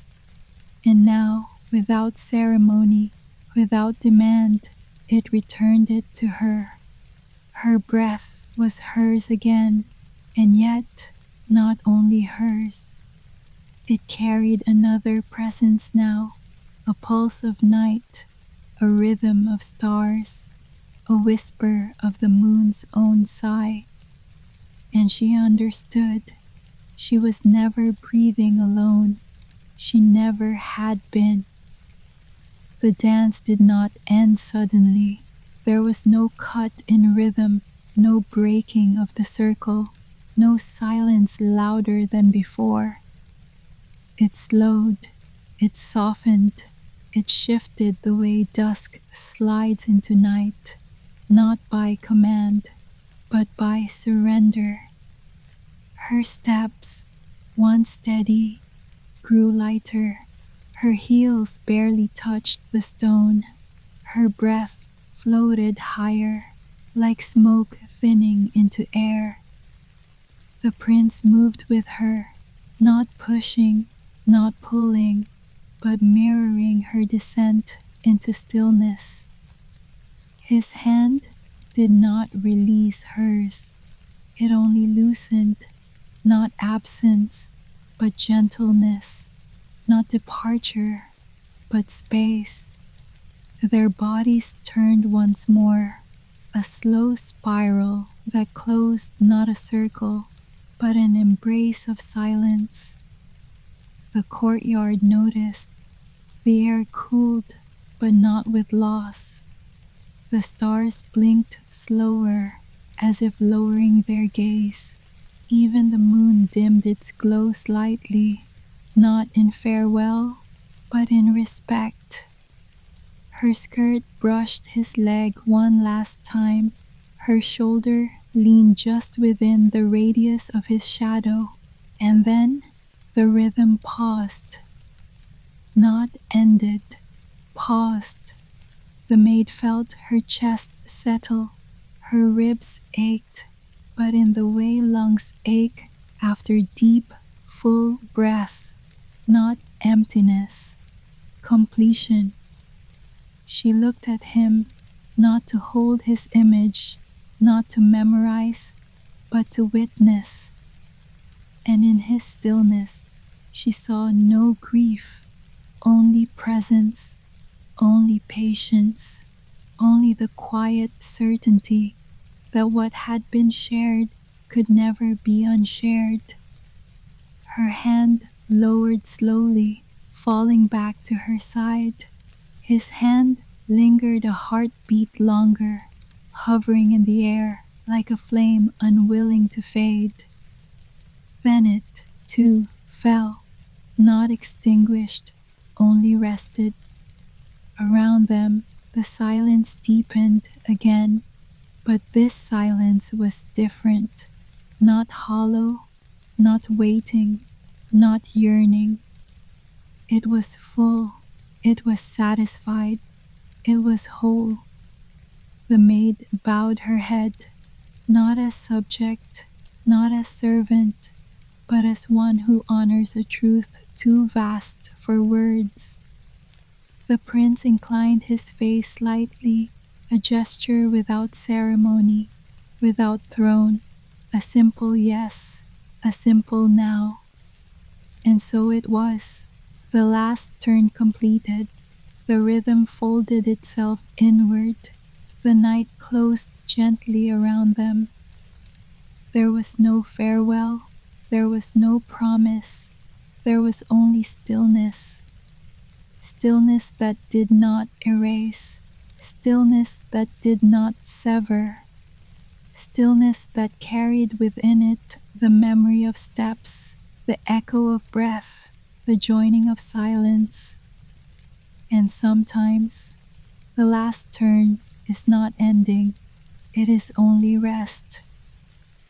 The courtyard exhaled, the air loosened its hold, the silence, once thick with presence, spread outward, gentle, like ripples across water. She stood alone now, her hand empty, her body still trembling with the rhythm that lingered long after the steps had slowed.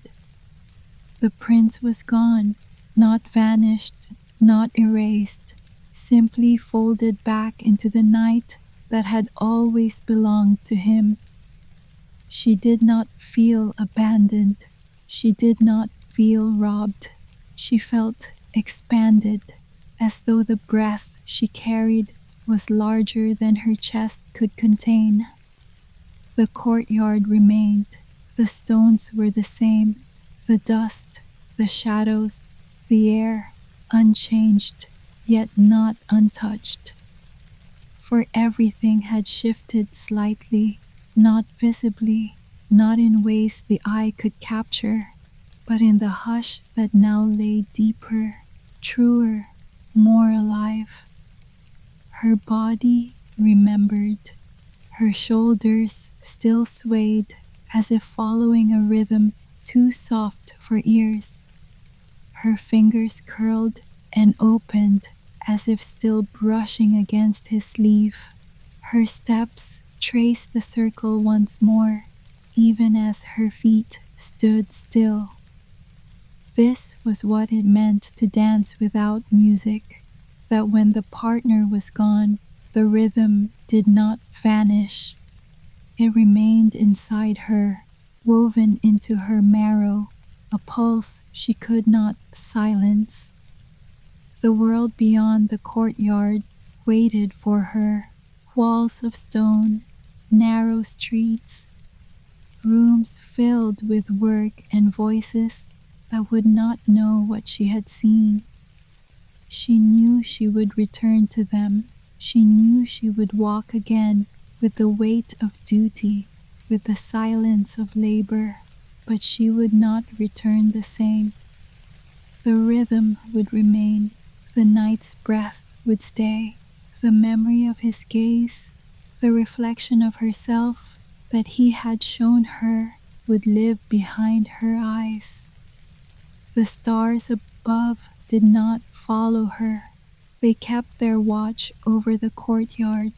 The moon did not descend to walk at her side.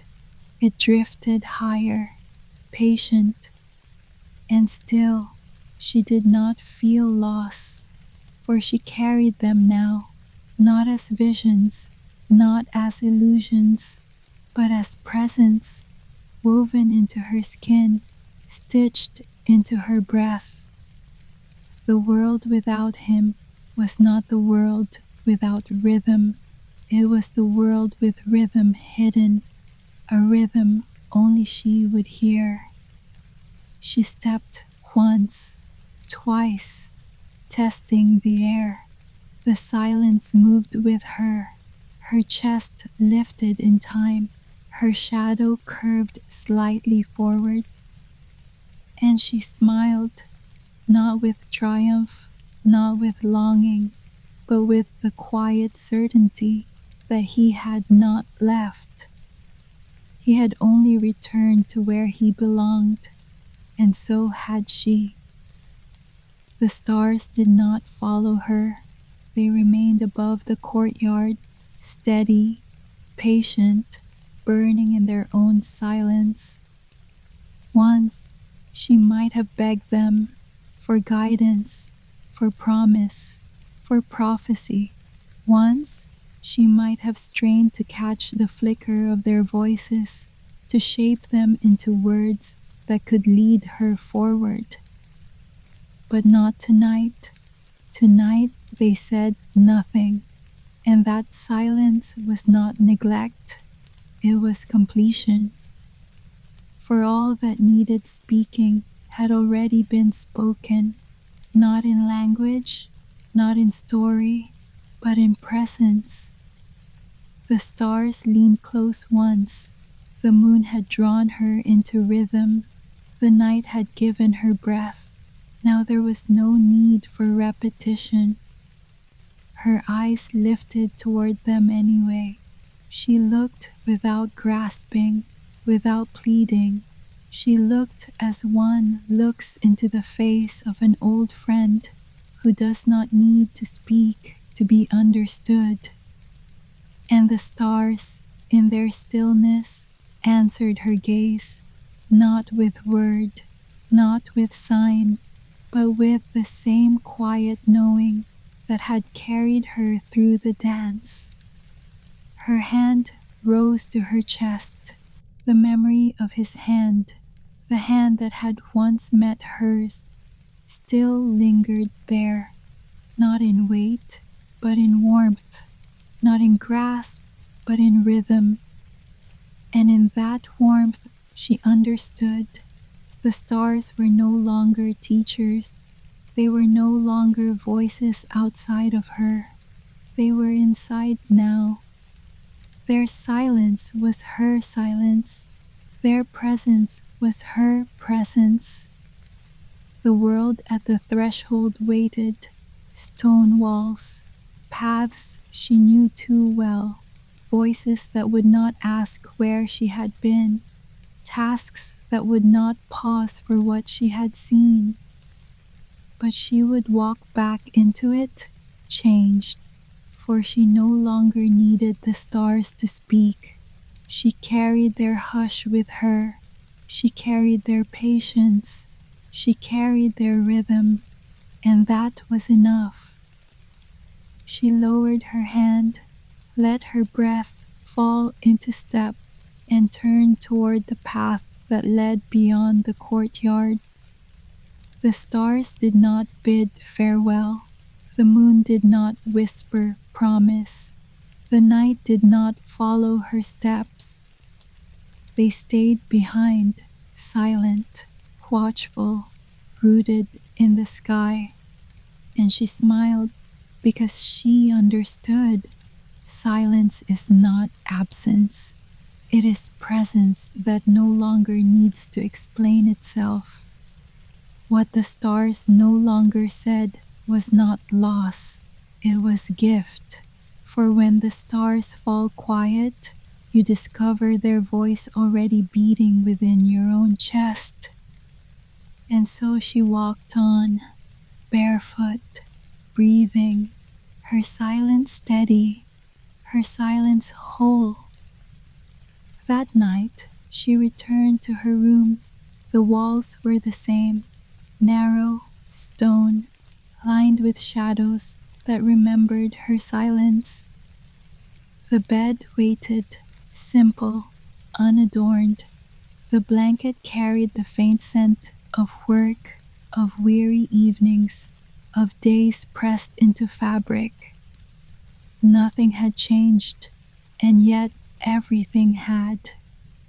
She moved quietly, her body no longer hurried. She did not rush to hide herself, nor collapse into sleep as one crushed by fatigue. She stood at the window first. The latch loosened easily, and she left it slightly open, not wide, not waiting, just enough. The night slipped in, its cool breath grazing her cheek, its silence folding into the room. It did not intrude, it remembered her. She touched her chest, fingers spread lightly, and felt it again. That breath, not hers alone, that rhythm she now carried. It pulsed beneath her ribs like a lantern hidden under cloth, steady, quiet, undeniable. It was the moon, but not above her now. It was inside her, a glow without flame, a weight without burden, a companion without demand. She sat at the edge of her bed, and the boards beneath her did not creak. Even the house seemed to listen, as though honoring the silence she had brought back with her. Her hands rested loosely, no longer clenched, no longer curled inward as if to protect themselves. They opened freely, palms relaxed, as though even in stillness they remembered the dance. The stars outside did not blink in farewell. The moon did not bend toward her, and yet she did not feel apart. They were with her still, not in the sky, but in her breath, in her blood, in the steady rhythm that would not leave. She lay back, drawing the blanket only halfway, her body curved gently, like a question that no longer needed answering. Her breath slowed. Each inhale touched the memory of his hand in hers. Each exhale returned the hush of the courtyard stones. She did not cling to dream. She did not force her eyes to close. She only allowed the night to enter, allowed her chest to widen, allowed her body to rest without explanation. And in that resting, the moon's glow spread softly through her veins, no longer distant, no longer unreachable. It belonged to her now, and she belonged to it. The maid who once thought herself alone, who once thought herself forgotten, slept not as servant, not as shadow, but as one who had carried the night inside. And in her chest, the moon breathed on. The house was quiet, not because it slept, but because it listened. The walls, accustomed to years of labor's echoes, to footsteps worn by duty, to sighs swallowed before they formed words, now rested. Even the floorboards, which once complained beneath her weight, remained still. She breathed slowly. Each breath entered the hush, as if placing a seed in soil. Each exhale spread softly outward, like water finding its way into hidden roots. Her eyes closed, but she did not drift away. She drifted inward, and within that inwardness she found it, a garden, not of stone walls, not of trees she had walked beneath, but of silence itself. A garden where petals unfolded without color, without name, made only of breath, where paths curved not by design, but by patience, where every leaf was made of stillness and every stem of memory. This was the garden she had carried all along, the place that had held what she thought lost, the place that had whispered when no voice answered, the place that had waited until she was quiet enough to hear it again. She walked its paths, not with feet, but with breath. She touched its flowers, not with hands, but with the soft spread of silence through her chest. And the garden responded, not loudly, not with miracle, but with recognition. The petals swayed as if greeting her. The air thickened as if leaning toward her. The hush bloomed as if unfolding the truth that she had never left. She had only forgotten. The moon prince was not here. The stars were not here, and yet their presence remained, woven into the soil of her silence, etched into the sky of her chest. The garden did not demand belief. It did not need ritual. It did not need tending. It only needed stillness. And in her stillness, it thrived. She understood now. The courtyard was not the only sacred ground. The dance was not the only rhythm. The breath shared with the night was not the only gift. All of it, the rhythm, the silence, the reflection, the waiting, had been planted inside her. The garden was hers, always had been, always would be. Her body sank deeper into rest. Her breath slowed further, and the hush expanded, filling every corner of the room, every fold of the blanket, every shadow on the wall. No dream carried her away. No vision beckoned her forward. Only this, the garden inside her silence, steady, alive, unfading.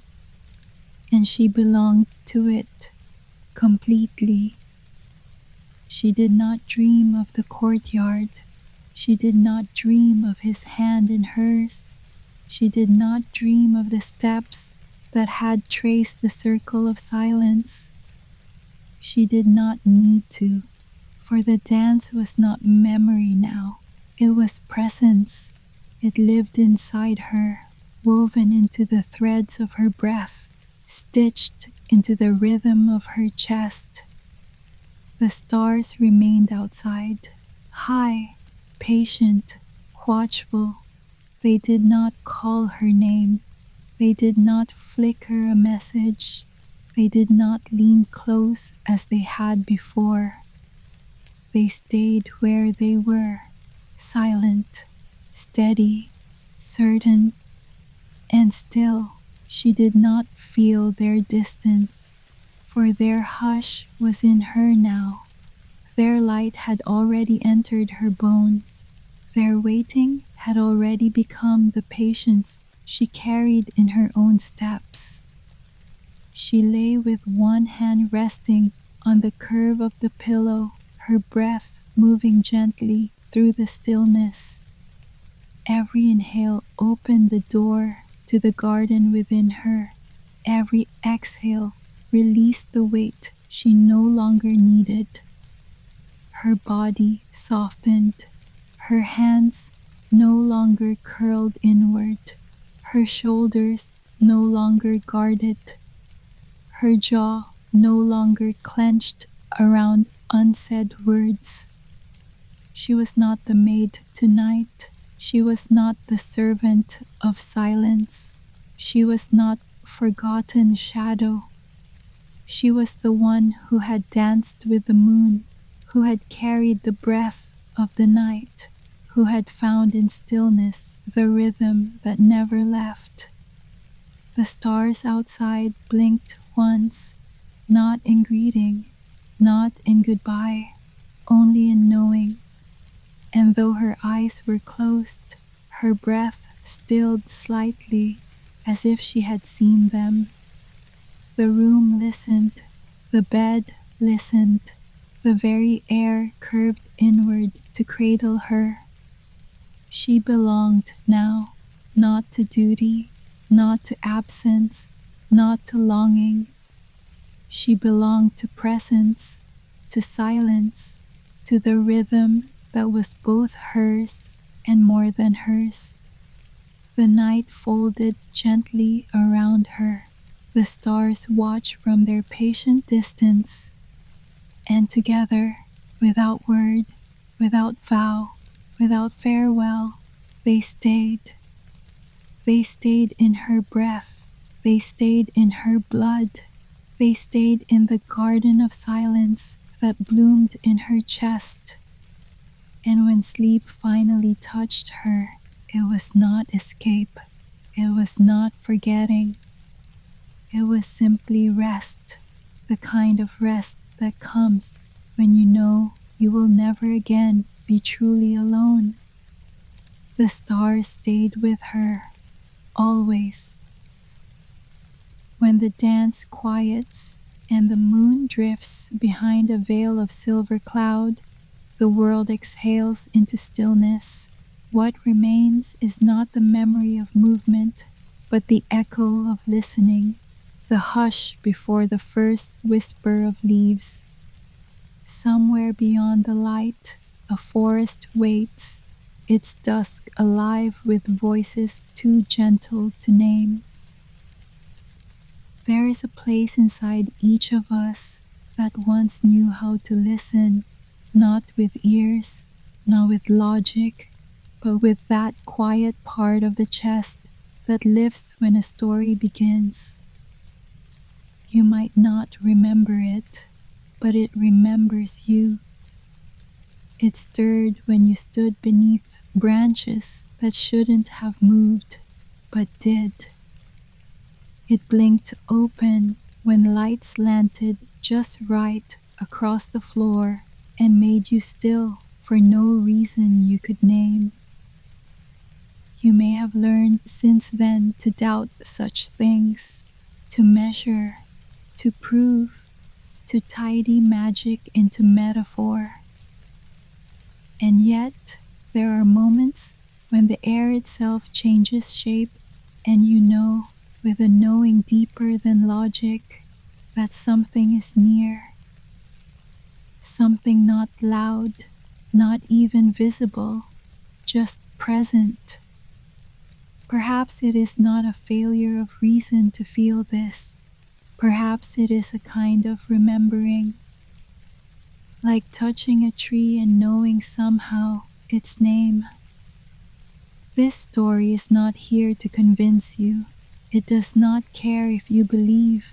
It only asks, for a while, that you consider the fragile line between wonder and reason as something worth walking, like a path through unfamiliar woods at dusk, where everything you don't understand might be a kind of invitation, where the rustle in the leaves isn't just wind, where the world does not need to prove itself to be real, just quiet enough to be heard.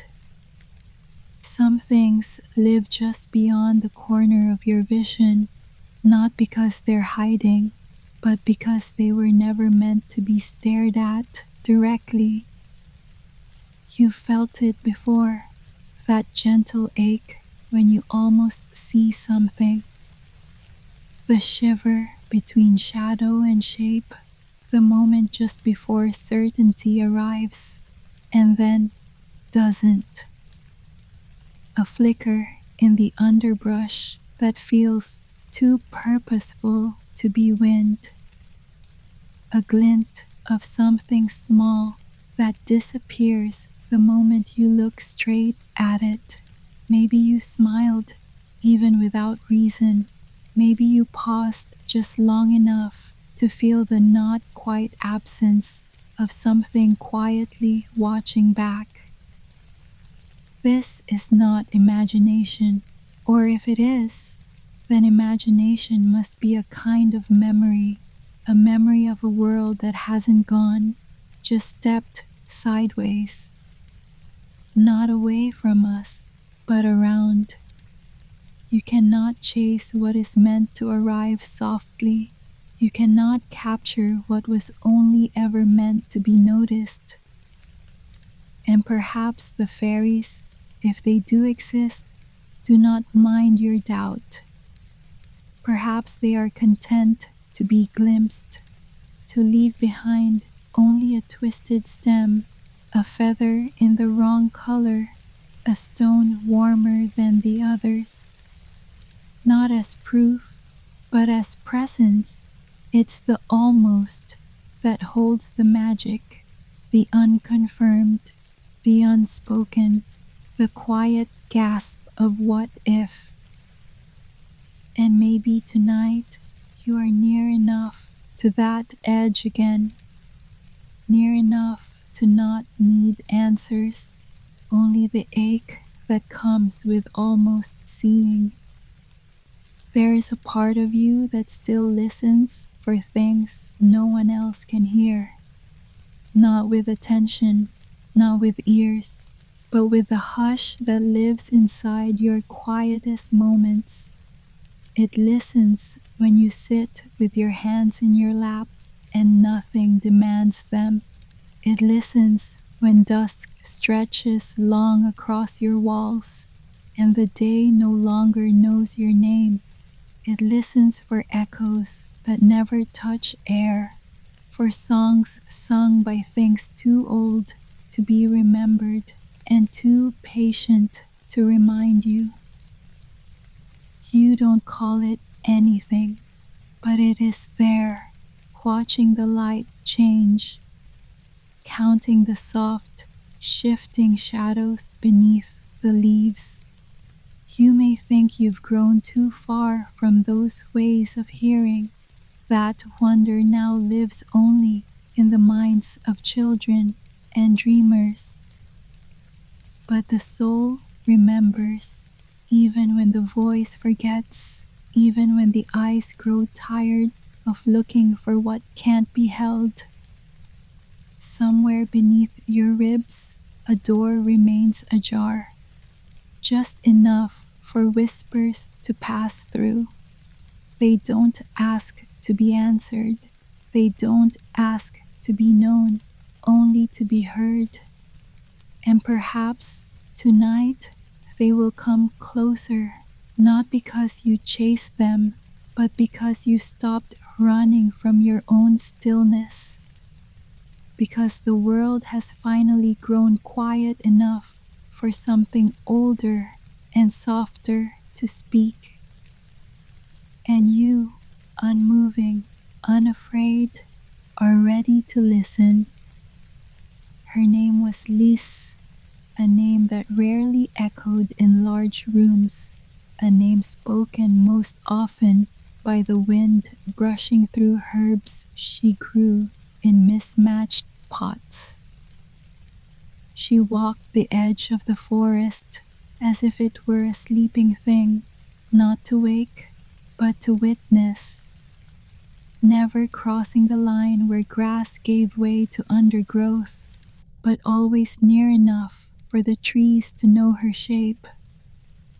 Each evening, just before the light turned, when gold slipped into lavender, she would walk, not quickly, not with purpose, just with presence, one hand often trailing behind her, fingers brushing the tops of weeds like she was reading their thoughts. She never brought a basket. She rarely picked a thing. Some might have thought her aimless, but the forest knew different. She watched the way light caught on bark scarred by old storms. She noticed which mushrooms had grown in the night. She paused often, not to think, but to feel. Once, she found a feather with colors no bird in her village wore.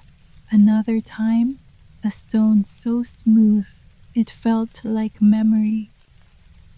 She never spoke of these, not out loud, only tucked them into a small tin she kept beneath her bed, a quiet shrine to things unexplainable. The other villagers called her kind, some called her odd, but no one called her into the forest. They warned of stories, of disappearances, of strange sounds when the sun was gone. And Lys listened carefully, but never with fear, because part of her had always felt that the forest was listening too. And on the edge of that listening, where most would turn back, she lingered, as if she were waiting for something that knew her before she ever knew its name. Lys did not carry much, no satchel slung across her back, no bundle tied in cloth. She walked lightly, as if she trusted the ground to know her weight. But in her pocket, always, without fail, was a small silver pendant, round, unpolished, etched faintly with a symbol she never learned to name. It had belonged to her grandmother, passed not with ceremony, but with a whisper. You won't remember why it matters, but your hands will. And so she kept it, pressed between the folds of an old handkerchief, its edges warmed over time by the curve of her thumb. She never wore it, not around her neck, not where others could ask. It was not for display, it was for grounding.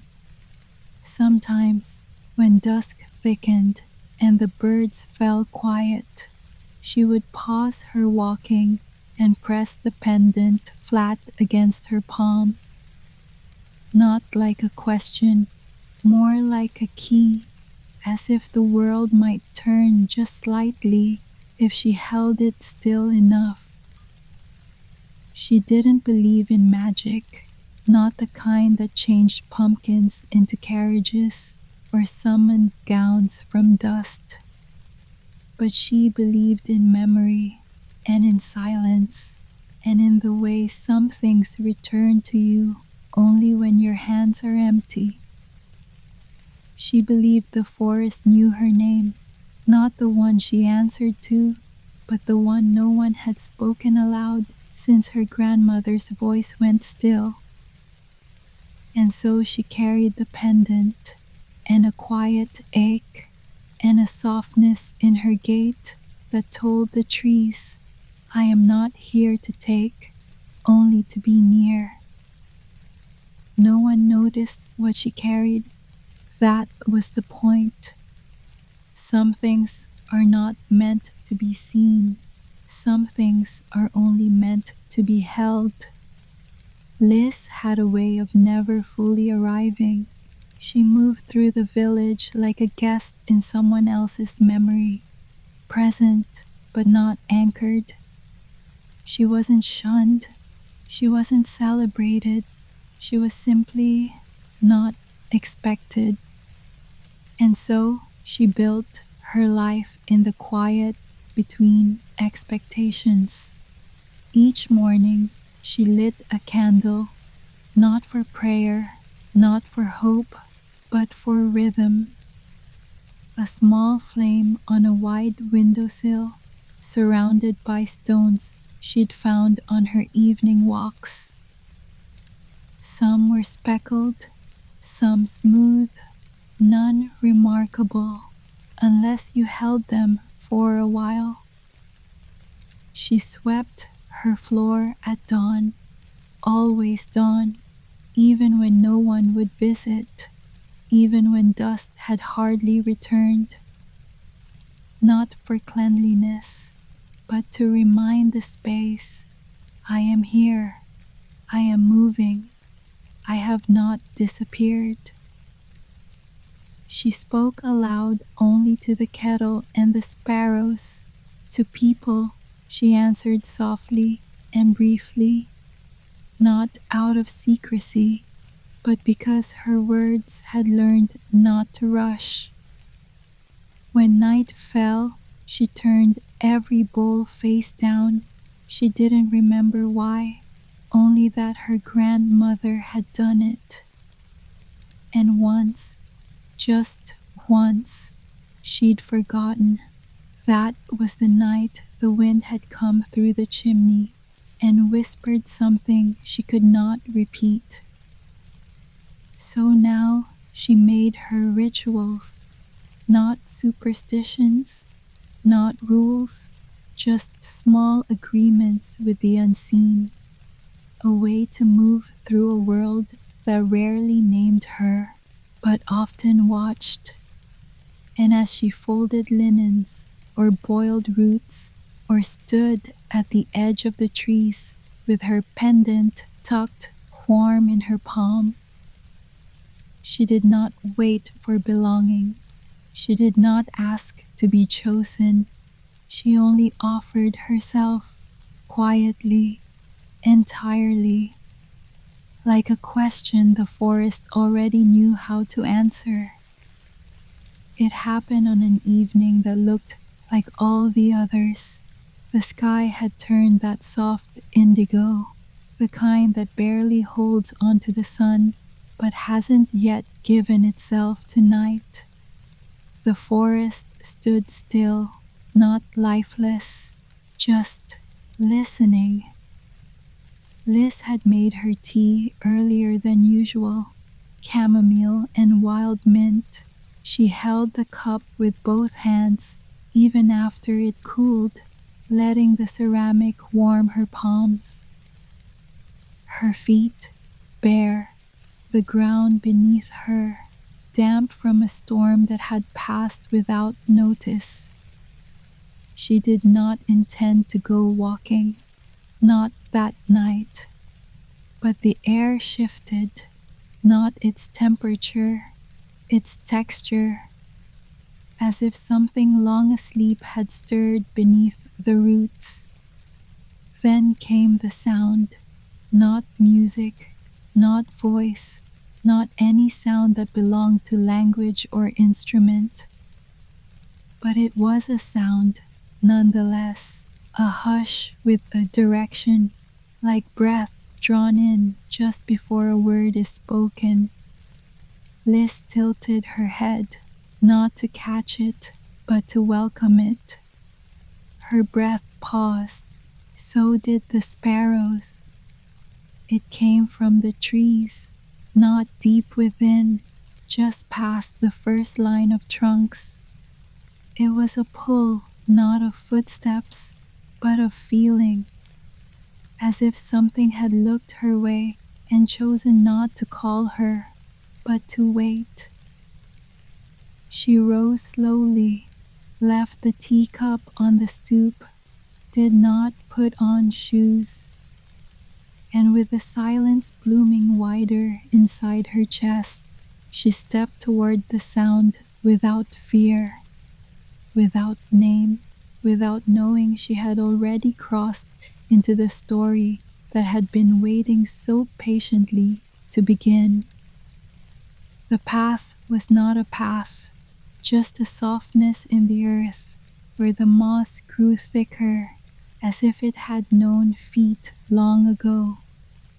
Liz walked without guiding herself. Her body moved like it remembered something her mind did not. There were no lanterns, no markings, only signs, small ones. A single white petal lying atop a fallen branch where no flowers had bloomed that spring.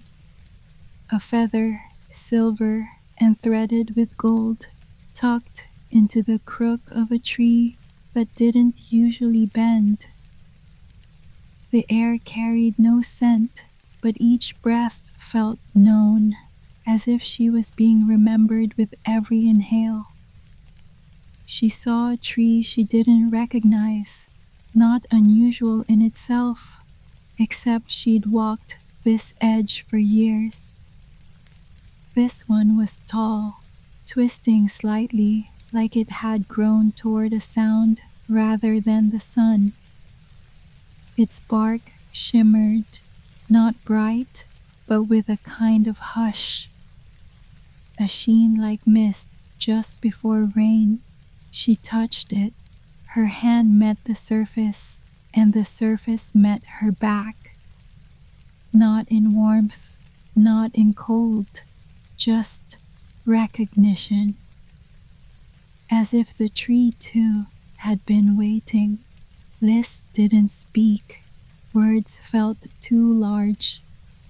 Instead, she stepped aside and let her fingers trail along the curve of another branch, this one draped with something that may have been lichen or lace. Each detail too small to be named magic, but too precise to be called chance. The signs weren't clues, they were invitations, placed not to be followed, but to be felt. And Liz, who had never needed proof, felt them all, like tiny nods from a world that had decided to show itself just a little more. There was no moment when the forest changed, no line drawn in the soil, no archway of branches announcing her entry. But still, she knew when she had crossed. It was in the breath that didn't quite leave her lungs, in the quiet that no longer felt like absence, but attention. The trees stood the same, and yet they watched, not menacing, not even curious, just awake. She walked slower now, not from fear, but reverence. Every sound had softened, even her own footsteps seemed to land with less insistence, like the earth had risen slightly to catch her weight. A single leaf spiraled down from above, not in haste, just drifting, as if it had waited for her to be beneath it. She let it fall against the sleeve of her dress, let it rest there. No need to name it, no need to ask. There were no signs of people, no forgotten shoes, no footprints. But there was presence in the bend of branches that leaned slightly inward, in the hush that settled on her skin, like breath held for someone else's story. Liz didn't speak, didn't call out, didn't need to. The forest had answered long before she arrived. She had stepped inside not through will, but through readiness. Not through want, but through quiet. Some doors do not open, they dissolve. And she, without fanfare, without spell, had walked through. The light inside the forest did not belong to the sky. It didn't come from above. It didn't filter through leaves and golden beams, the way sunlight knows how to do. It came from everywhere and nowhere, like the soft glow inside a seashell pressed to your ear. Not light, exactly, not sound, just presence. It shifted without warning, one moment cool, like early morning fog, the next warm as breath on the curve of your neck.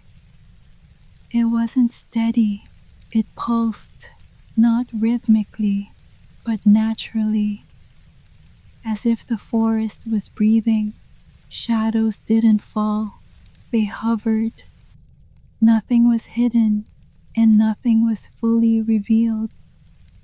Even the trees, old and silent, seemed lit from within. Their bark shimmered faintly at odd intervals, like memory surfacing. This paused beside one with a hollow that looked not carved but offered. Inside it, a flicker, too small to be flame, too constant to be dust.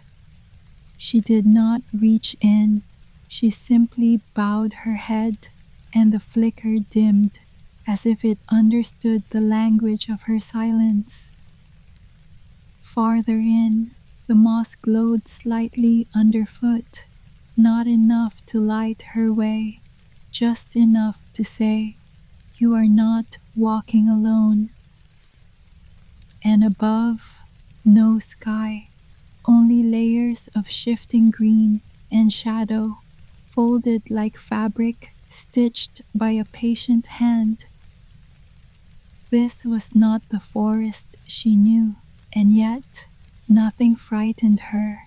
It was not a place meant to impress or dazzle. It was a place meant to soften the edges of knowing. Here, you didn't see so much as sense, and Liz, who had always felt more than she could explain, was finally home in a light that did not need to be understood. The forest did not move, but it was never still. Liz stood beneath a branch that hadn't shifted, and yet she felt it move. Not with wind, there was none. Not with weight, there were no birds, no creatures to rustle leaves or nudge twigs.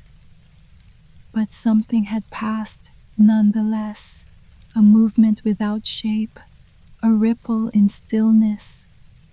She took one slow step forward, and the air changed again. It thickened just slightly, not heavy, but aware, like walking through water that remembered your name. Leaves did not rustle, but she sensed them listening. Even the roots beneath her felt arranged, not by chance, but by care. She knelt beside one, brushed her fingers over the gnarled bark. It hummed, not with sound, with warmth, a steady thrum that had nothing to do with heartbeat and everything to do with recognition. A moss-covered stone beside her glinted briefly, then dulled, as if blinking. Nothing startled her, not the flicker, not the shifting air. The movements here did not ask for fear, they asked for reverence. A petal fluttered down, not from above, but from somewhere, sideways. It landed in her palm, still cool, still damp, but fresh, as though it had never grown, only waited. There was no path, no trail, only responses. She walked, and the forest answered. She paused, and it stilled. Not like a mirror, like a dance.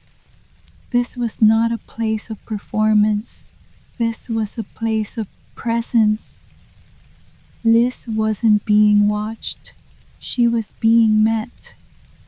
And the movements, invisible, precise, tender, were not for show. They were hello. She didn't hear it, not in the way one hears a voice. There was no syllable, no shape, no beginning. But the whisper came. It bloomed inside her chest, like a sigh that had waited too long. It wasn't a message, it wasn't a call, it was a presence so gentle it could only be felt through stillness. The kind of stillness that isn't empty, but full of meaning that doesn't require translation. Liz stopped walking, not because she had reached a place, but because she had reached a moment where she could feel the forest pressing back against her presence with something soft, something knowing.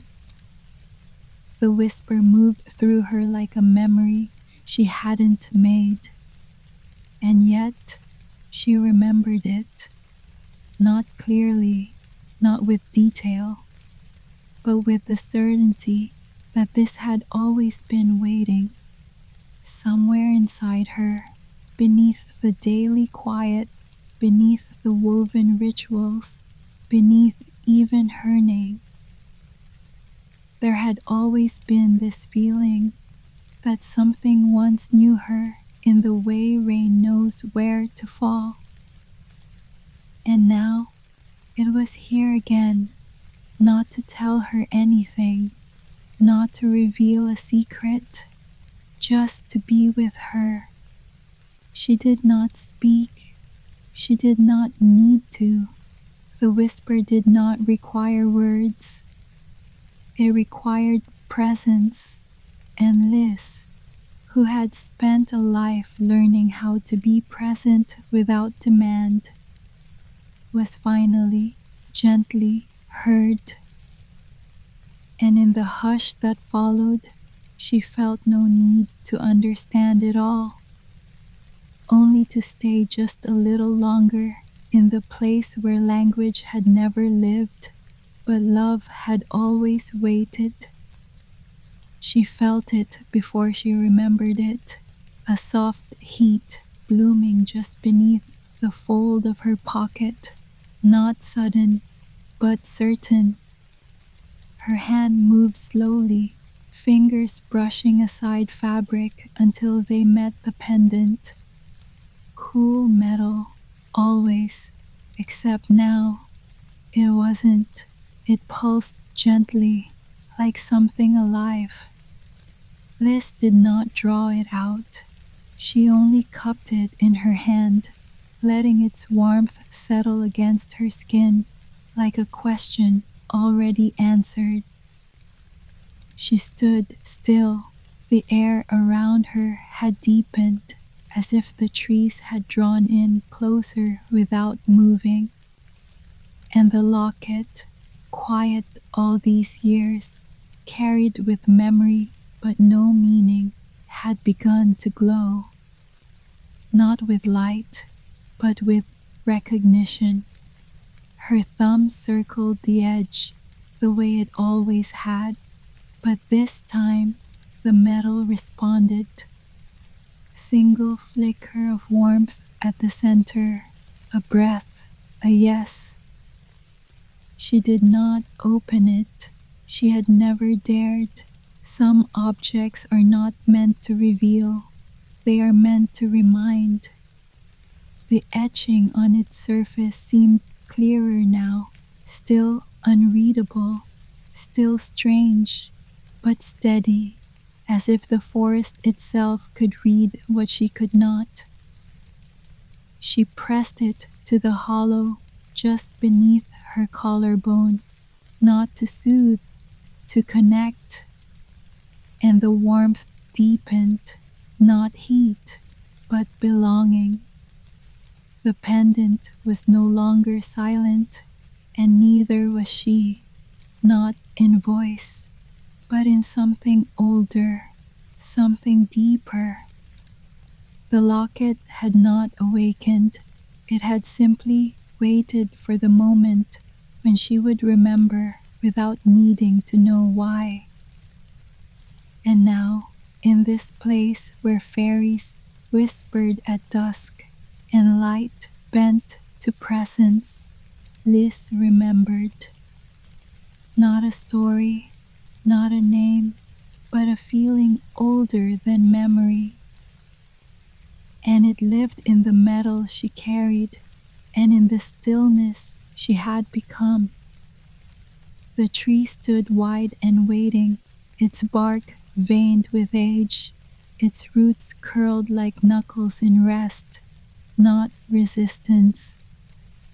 Liz approached slowly, one hand out, not in seeking, but in greeting.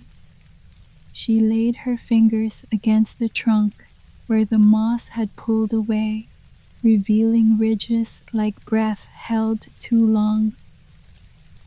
The bark was warm, not sun-warmed, life-warmed. She didn't flinch, didn't startle. Her hand remained still, her eyes soft. Then a shift, not in the tree, in her. Like a mirror being uncovered, like a curtain pulled not outward, but inward. For a moment, the bark rippled beneath her touch, and in that ripple, something took shape.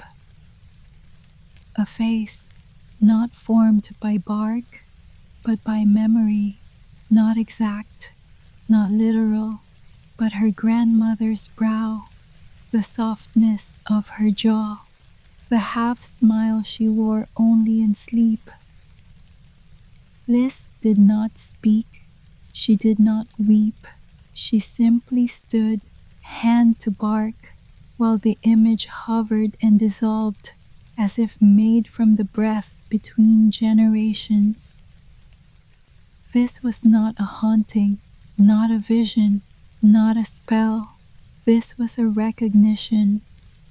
The tree had not created the face, it had remembered it, held it quietly all this time, and now, with the locket warm against her chest and the hush of the forest like a hand on her shoulder, Liz remembered too. Not in stories, but in sensation, in the curl of root that mirrored her mother's fingers, in the shadow of branch that fell just like a braid across her grandmother's shoulder. She was not alone, not here, not ever. The forest had kept what the world had forgotten, and now it was returning it to her, one touch at a time. It came to her slowly, like light rising through water, not rushed, not certain, but steady, a moment unfolding inside her that she had no name for. Not a vision, not a dream, but something felt. She was standing, and yet she wasn't. She was younger, or older, or not herself at all. She saw a clearing bathed in a shade of dusk that did not belong to any sky she'd known. In it, a woman wearing a shawl the color of wood smoke spun loosely around her shoulders. Hair bound with twine, feet bare. She was kneeling, hands pressed into soil as if planting something that could not be seen. She looked up, and her face, Lisa's breath caught. It was hers, and not hers, not identical, but woven of the same thread. The woman did not speak. She only reached out, palms covered in earth, and pressed them to the base of a tree. The same tree Liz now stood beside. And in that gesture something passed, from one body to another, from one moment to a future not yet written. Liz blinked. The image did not vanish. It dissolved. Not like smoke, like mist, leaving behind no evidence, but all the meaning. Her hands trembled, not from fear, from awe. She had not lived that moment, but it had lived in her. Passed down not by story, but by silence, by hands stirring the same herbs, lighting the same fires, pressing the same locket to the same pulse. She stood still as the forest breathed around her and the knowing settled in. Not every memory is yours because you made it. Some are yours because you were always meant to carry them forward. There was no gate, no hush of parting leaves, no voice whispering that the moment was done. The forest did not send her back. It simply began to release her. The air lightened, not with wind, but with absence, as if something that had leaned in was now leaning away. Liz felt it in her breath first, a loosening, a widening. Her hand dropped from the bark, not in resistance, in readiness. She turned. The moss was still soft beneath her feet. The trees still watched, but the glow had faded. Not gone, just withdrawn, like eyes closing after having been open too long.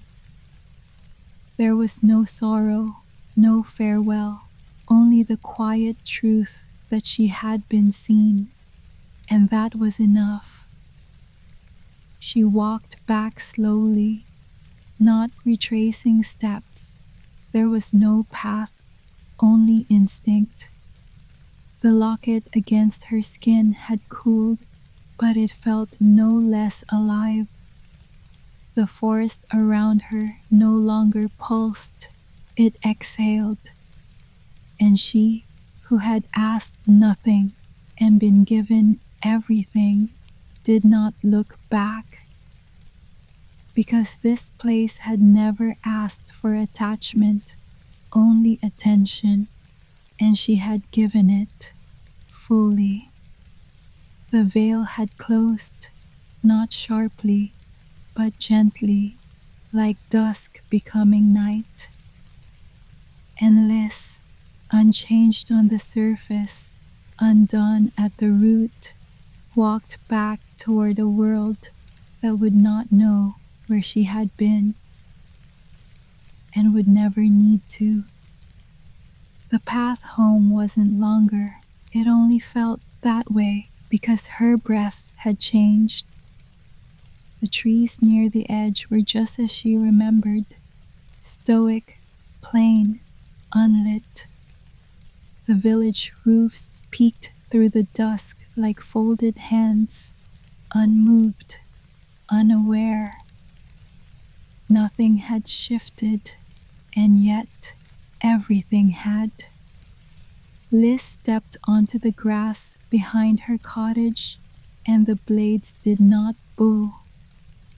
The sparrows were quiet, but not watching, not like the ones beneath the boughs. She placed her feet carefully on the stone threshold, not out of ceremony, just out of respect for what she was bringing back. Inside, the cup still sat where she'd left it. The candle wick lay in a curl of ash. The hearth held only shadow. She lit no light. She didn't need one. Her eyes moved slowly over the familiar. The cracked tiles, the uneven shelf, the bowl with a chip no one noticed but her. All the same, all unchanged. But she moved differently.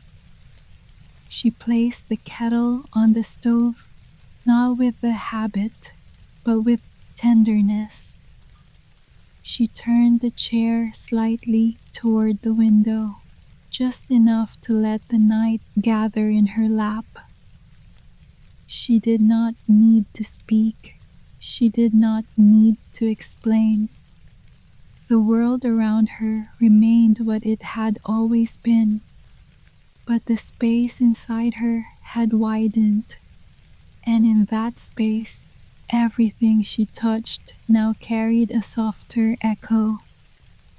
The next morning, she swept the floor as she always did. Slow arcs, soft bristles, dust gathered in the corners like it hadn't heard what she now carried.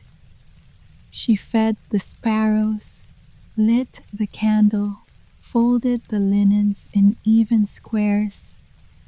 But nothing was quite the same, not in action, in attention. Her fingers lingered longer on the rim of the teacup. Her gaze paused at the garden gate with a question it didn't need answered. And though her neighbors passed, offering nods, offering words, she answered with quiet warmth. She did not mention the moss that had glowed, the face in the tree, the warmth of the pendant now resting, quiet and still, in her pocket again. There was no need. The truth of that night was not meant for retelling. It was meant for remembering.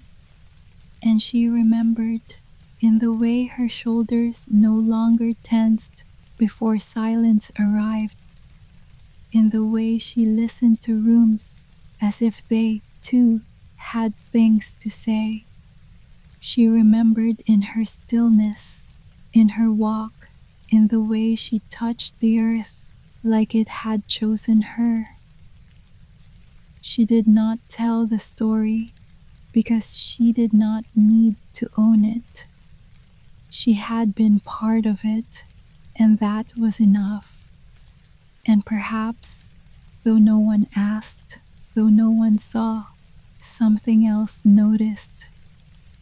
The way the air shifted when she stood beneath a tree, the way her candle burned just a little longer. The forest did not follow her home. It had no need to. It had given what it came to give.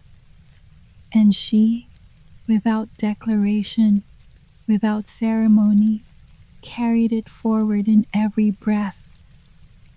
That night, as the wind slipped gently through the shutters, she sat beside the window with no candle lit. There was enough light in the memory of where she had been. The stars hung low, not bright, but attentive. And the forest, though distant, did not feel far. She could not see it from her window, but she felt its presence in the stillness, like a breath that had never quite left her body. It didn't call to her. It didn't need to. The invitation had already been given, and she had already accepted. Now there was only the quiet presence of something unseen still watching, not to beckon, but to remain. She placed the locket on her table, its surface no longer warm, but no less alive. She poured a small glass of water, not from thirst, but for ritual, a gesture of being present. Outside, an owl shifted its weight somewhere beyond the garden, and Liz closed her eyes, not to sleep, not yet, but to listen without seeking. Because the forest had not gone, it had simply changed its form, and now it lived in the silence she had always trusted. She woke before dawn, not to an alarm, not to sound, to quiet, but not the empty kind. The kind that waits, that listens back. She moved through the house like breath through fabric, soft, sure, without needing to leave a trace. The kettle hissed low, the floor creaked only once. She did not rush, she did not speak. Outside, the garden still slept, dew resting on each petal, the soil dark with knowing. She stood at the doorway, hands wrapped around her cup. Let the early chill gather around her. Let the stillness name her again. There was no need to revisit the forest. She carried it now, in the space behind her ribs, in the pause before each step. Every room in her cottage had learned to echo differently, not louder, just deeper. She heard the firewood sigh as the flame took hold. She heard the sparrows stir before they flew. Even the silence, when it came, felt like a companion sitting just beside her elbow, not asking anything, just staying. And so she learned to stay too, to linger in moments she once passed by, to feel the hush between two thoughts, to breathe as if she was not alone, because she wasn't, not now. The forest had taught her how to listen, not to stories, but to presence. And presence, it turned out, was the language she had always understood best. That night, she did not close the window fully. She left it slightly ajar, just enough for the air to wander in if it wished. The candle had burned low, its flame dancing gently, not because of wind, but memory. Liz lay on her side, blanket drawn only part way up, her fingers resting lightly against the edge of the pillow. She did not think of the forest. She did not need to. It was there, not as a place, but as a rhythm woven into her rest. The whisper, the one she had never quite heard, was still with her. Not louder, not clearer, just closer. Like a name spoken without sound. She did not pray, she did not promise, she simply breathed. Soft, steady, held. Outside, the trees stood silent in their knowing. The stars blinked once, then stilled. And in the hush between moments, just as her breath slowed into sleep, the whisper folded itself into the room, curled beside her ear, and stayed. Not as words, but as presence. And the whisper stayed with her. The wind slows to a sigh, even the fairies fall silent, their whispers settling like dust on glass, and in that still surface, a reflection begins to take shape. A single mirror stands in the quiet dark, breathing softly beneath the stars. There are mirrors we look into to check our face, to adjust, to align, to ask, is this right? And then there are mirrors we turn away from, not because they lie, but because they wait too long before speaking. These are the mirrors that do not flatter, they do not answer, they observe. You know the kind, the ones in empty hallways or in the corners of dressing rooms long after the fabric has been folded. The ones that do not sparkle, do not smile, they do not reflect your best self, only your real one. The curve of your spine when no one is watching, the way your mouth falls when it forgets to pretend. These mirrors ask nothing, yet they know everything. And maybe you've avoided them, not from shame, but from the ache of honesty. Because there is a moment, one that often comes only after midnight, when you stand before glass, not to be seen, but to see back. Not to adjust, but to listen. Not to the voice in your head, but the older one, the quieter one.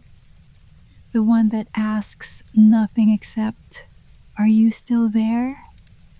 And you are, somehow you are, even after the crown was broken, even after the apple was bitten, even after the story was over, you are still here, and the mirror sees you. Once upon a time, you were the fairest, not in power, not in perfection, but in the clarity of your presence. You were seen, you were chosen, you were whispered about in corners, measured in spells, mirrored in jealousy. And then the story moved on, the curtain closed, the crown tarnished, the gown no longer quite fit. And the girl in the story grew quiet, not vanished, not erased, just still. And what is beauty when it is no longer watched? What is worth when no one names it out loud?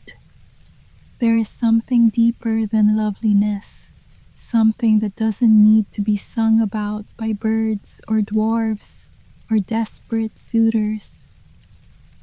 It is the kind of strength that sits cross-legged on the floor of an old room and touches the edge of her own story like a wound she is not ashamed of.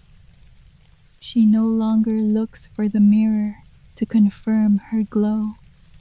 She lets the glow be a thing the mirror notices only when the light is right, only when she's not trying. And that, somehow, is enough. Not dazzling, not royal, but true. The kind of truth that only shows up when beauty is no longer the point. Every story ends before the real story begins. The wedding, the kiss, the happily ever after. These are closings, not openings. And no one tells you about the hours after. When the halls grow cold and the crown is set on the shelf and the mirror, long ignored, starts to whisper again. What does a girl do when her tale is finished but her life is not? When she no longer needs saving but still longs to be seen? There's a space after midnight that no story reaches, a space where no magic comes and no curse lingers, only silence, only the breath of a woman sitting before her own reflection and asking, who am I now that no one is watching?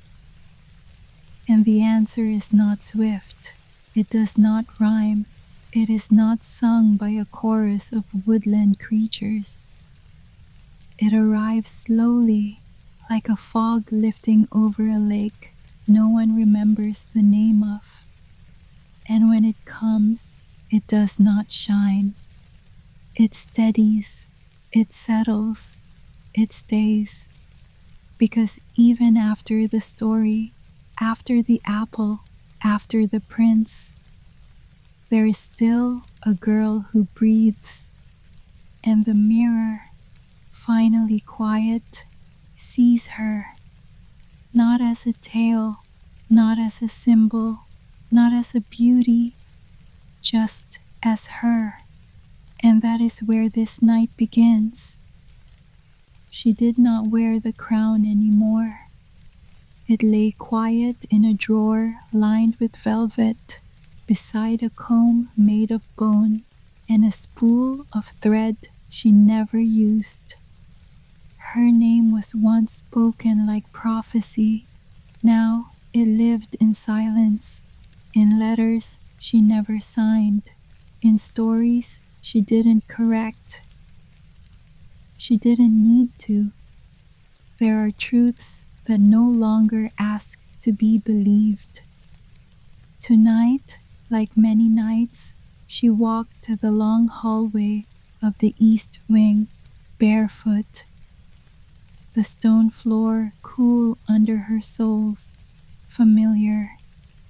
She passed portraits, not hers, others, faces turned slightly to the side, as if still unsure whether to look at her or away. She didn't stop to study them. Her path was set. At the end of the corridor, a narrow door, painted once, now faded, its handle always slightly cold, even in summer. She turned it without hesitation. The hinges did not creak. They had learned to move quietly, like everything else in this part of the castle. Inside, a small round room, lit only by a single high window, where moonlight slanted in sideways and gathered in a silver pool on the floor. And in the center, facing away from the door, the mirror. She approached it slowly, not reverently, not fearfully, just with a kind of practiced stillness, like someone meeting an old wound that no longer bleeds but still remembers. She did not rush to face it. She moved around it first, fingertips grazing its frame, which was carved with symbols no one remembered the meaning of. She had never asked. Some things are not meant to be translated, only witnessed. And now, standing before it, the glass still dark from the hour, she waited. Because this mirror did not reflect with light, it reflected with memory. At first, there was nothing, only her outline, soft at the edges, like steam over water. Then, a slow unfolding, not of her face, but of feeling, the kind of recognition that isn't visual, the kind that begins behind the ribs, where the breath hesitates. She saw not herself, but a version of herself, not younger, not older, just earlier. The girl before the apple, before the coffin of glass, before the kiss. Her hair longer, her eyes slightly wider, not from innocence, but from the absence of what came after. This girl didn't speak, didn't reach. She only stood there, waiting, and the woman, the one watching, the one breathing in the present, did not reach for her. She knew better. Mirrors do not offer reunion, only return. And return always costs something. So she stayed where she was. Let the image hover. Let it flicker. She saw the cloak she used to wear, the one with the hood. She saw the smear of ash on her cheek from the hearth she once cleaned. She saw, in the corner of the glass, a red ribbon she hadn't thought of in years, still coiled, still waiting. And when her eyes met the girl's, nothing happened. No shimmer, no spell, no truth revealed. Only the quiet fact that both still existed, and neither was trying to escape. She sat. There was a stool in the corner, low and plain, its cushion sunken with time. She didn't face the mirror now. She let it be behind her. Sometimes the truth is easier to hold when you're not staring at it. Her hands folded in her lap, not clasped, just resting. The stone walls around her held the cold, but she didn't shiver. There is a warmth that comes not from fire, but from knowing you no longer need to be seen to be real. She listened to the hush, to her breath, to the faint sound of a branch brushing the tower window in rhythm with her pulse. This was not penance. This was not longing. This was simply a ritual of presence. A woman sitting with herself, without needing to explain why, without needing to ask what next. The mirror did not whisper. It had done enough. Now it only held what it had always held, her after the glass, after the story, after the world had moved on and left her not broken, not triumphant, but still here, still breathing, still willing to face the reflection, even when no one else is looking. And that on this side of midnight is its own kind of fairy tale. There was a drawer, not in the tower room, but in her chamber, tucked beneath the bed where the light never reached. It was not locked. It did not need to be. Inside it, wrapped in an old scarf that still held the scent of lavender and smoke, was the apple. Not whole, not rotten, just a piece. The final bite, untouched all these years. It wasn't because she feared it. She didn't keep it out of trauma. She kept it because it was part of her story, a punctuation mark at the end of a sentence no one else could quite read. Sometimes she would take it out, not often, and hold it in her palm. Not to remember the poison, but to feel how small the danger had been, how little it took to change everything. The apple did not glow, did not pulse with any cursed magic. It just existed, as a reminder that sweetness and silence have always walked close together. She never tried to throw it away, because it wasn't evil. It was just the thing that happened. And sometimes she needed to remember that even the worst moments can become quiet if given enough time. The apple no longer frightened her. It only reminded her that once she was very young and very trusting, and that even now she is still here. There was a wardrobe beside the window, its wood pale with age, hinges whisper soft from years of care. Inside hung the gowns, not the ones from the forest, those had long unraveled, but the ones from the years after, silks in colors chosen for her by people who wanted her to shine. She had worn them with grace, with posture, with the quiet effort of someone trying not to disappoint the people who rescued her. But now they stayed pressed and hung in a line she rarely touched. She did not resent them. She just no longer needed to become them. Once she had dressed to be a queen. Now she dressed to be warm.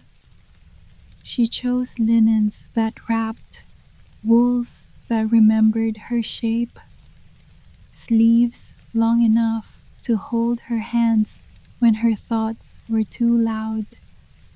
Sometimes she ran her fingers over the embroidery on a gown no one had seen in years. It was stitched with birds. They looked like flight, but they had never moved. And she realized for the first time that the dress had never been hers. It had been part of the tale, but not part of her. And so she let it hang, beautiful, still, but no longer needed. Because she had learned that real beauty lives in the clothes we rest in, not the ones we perform in. And tonight, her robe was soft, her feet bare, and the mirror didn't mind. There are truths she has never spoken aloud, not to courtiers, not to companions, not even to the birds who still visit her sill, though she no longer sings. She keeps them not as secrets, but as seeds, things too delicate to bloom in light, things that only unfold in the hush of the midnight room with the mirror quiet and the wind forgetting how to move. One of them, she sometimes misses the forest, not for its danger, not for its trials, but for its silence, for the way it never asked her to be more than she was. Another, she never truly loved the prince. She was grateful, she was soft toward him, but her heart had been asleep longer than anyone realized, and some parts of her never fully woke. She wonders sometimes if that's why the story ended right after the wedding, because no one wanted to see what happens when a girl with a half-sleeping heart tries to live wide awake. She tells these things to no one except the mirror, and even then, not with words, only with the way she stands still, breathes quiet, lets the truth sit beside her like an old friend, because some truths do not need to be spoken to be known. They just need to be kept. And tonight, they are kept tenderly, unashamed, like treasures in a drawer beneath a bed no one searches anymore. Not all silence is empty. There is a kind of quiet that doesn't withdraw, it leans. It leans toward you like a listener, like a grandmother with eyes soft from knowing and hands that no longer reach to fix. This is the silence in the tower room. It gathers after midnight, settling over stone and glass like a shawl worn long enough to remember other winters. She sits in that silence with no candle lit, only the moonlight, faint, tired, enough. And in that quiet, she does not think. She does not reach for insight or clarity. She simply breathes, and something in the room, in the mirror, in the stones, in the very air, breathes with her. It does not speak, it does not reflect, it just stays. And in that staying, she feels what she could never name, that she is not being watched. She is being witnessed, and those are not the same. The mirror never showed her the future. It never granted wishes or answered questions or summoned answers. Its magic was quieter, stranger. It reflected what others refused to see and what she had long avoided. Not her face, not her beauty, but her being. And it had spoken, and it had whispered the words that named her fairest. She remembered the way that truth had felt like victory, and then like a burden. Because once you are seen that way, it becomes the only way, and everything else is measured against it. But the mirror no longer speaks. It no longer judges or warns or proclaims.